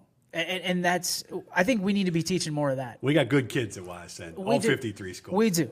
But you and I both understand, especially as I'm a new parent, you've been a parent for a few years now. You look at this and you would much rather your kid be able to hold themselves up accountable and hold them upright in society than be able to dribble a basketball, throw a football, catch a football, or throw a baseball. Let's be honest. That's sometimes we put the cart before the horse a little bit. And that's, listen, we're a sports company, first and foremost. But honest to God, if we have an ability to change students, to help students when we do interviews, we tell students this and parents and coaches all the time. These are interviews that you're going to have in life. You know, when you go to get a job, you're going to have to be some type of interview. Yeah, her name's staring right at me. Kyla Jamison just scored 1,000 points. She's going to Penn. Yep. That's all that needs to be said. Ivy League. That's all that needs to be said. Doesn't happen. 1,000 points, salute. Yeah, it doesn't Your work happen. ethic, the type of person you are, but Character's number one for me. No doubt. Always. Character's always going to be number one. So if you don't have character, you don't have much. Well, So YSN schools have character. They all do. Again, Poland did that with the 1,000-point thing. I hate but that's the schools we have. High character. Every school on that board would have done the same thing. Would you agree with that? 100%. 100%. And I feel like. And I don't deal with the ADs as much as you do and Paul does, but every school on that board would handle that situation that way. I'll be honest, no matter what happens the rest of the way with Poland, they're going to have their share of 1,000-point scorers. They're going to have their share of success. But it's that moment. I'm a firm believer that you learn more about yourself when you're up against a wall or pinned in a corner. When you're handling adversity, as we talked about with Coach Gunther, you learn more about yourself and you learn more about a person when they're up against it than you ever will when they're on top. No question. So a salute to Poland. A salute to all our schools and a thank you to all our schools and hopefully that the money we raise will go back into it and to help them continue. Do something, if it's a lunch, if it's a dinner, if it's a helmet, if it's something. It's our honor and our pleasure to be able to do that. And thank you to YS Nation for being a huge part of that. Because let's face it, the $9.99 isn't easy for some people, and they know where it goes.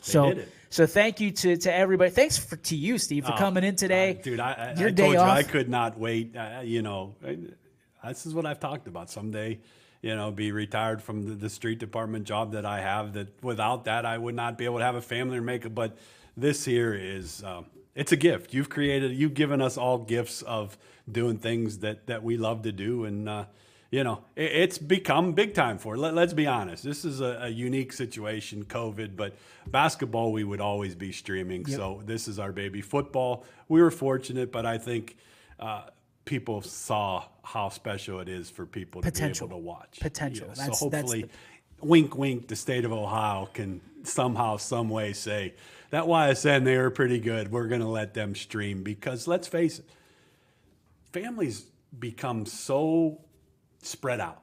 Yep. Multiple kids do multiple things, multiple places. You get that all the time with softball and baseball that you do. Mom's at little Joey's T-ball game and dad's with the big guy at the Class B game, but they can watch. Yep. That's why you created this, you and That's Brian. it, man. So salute.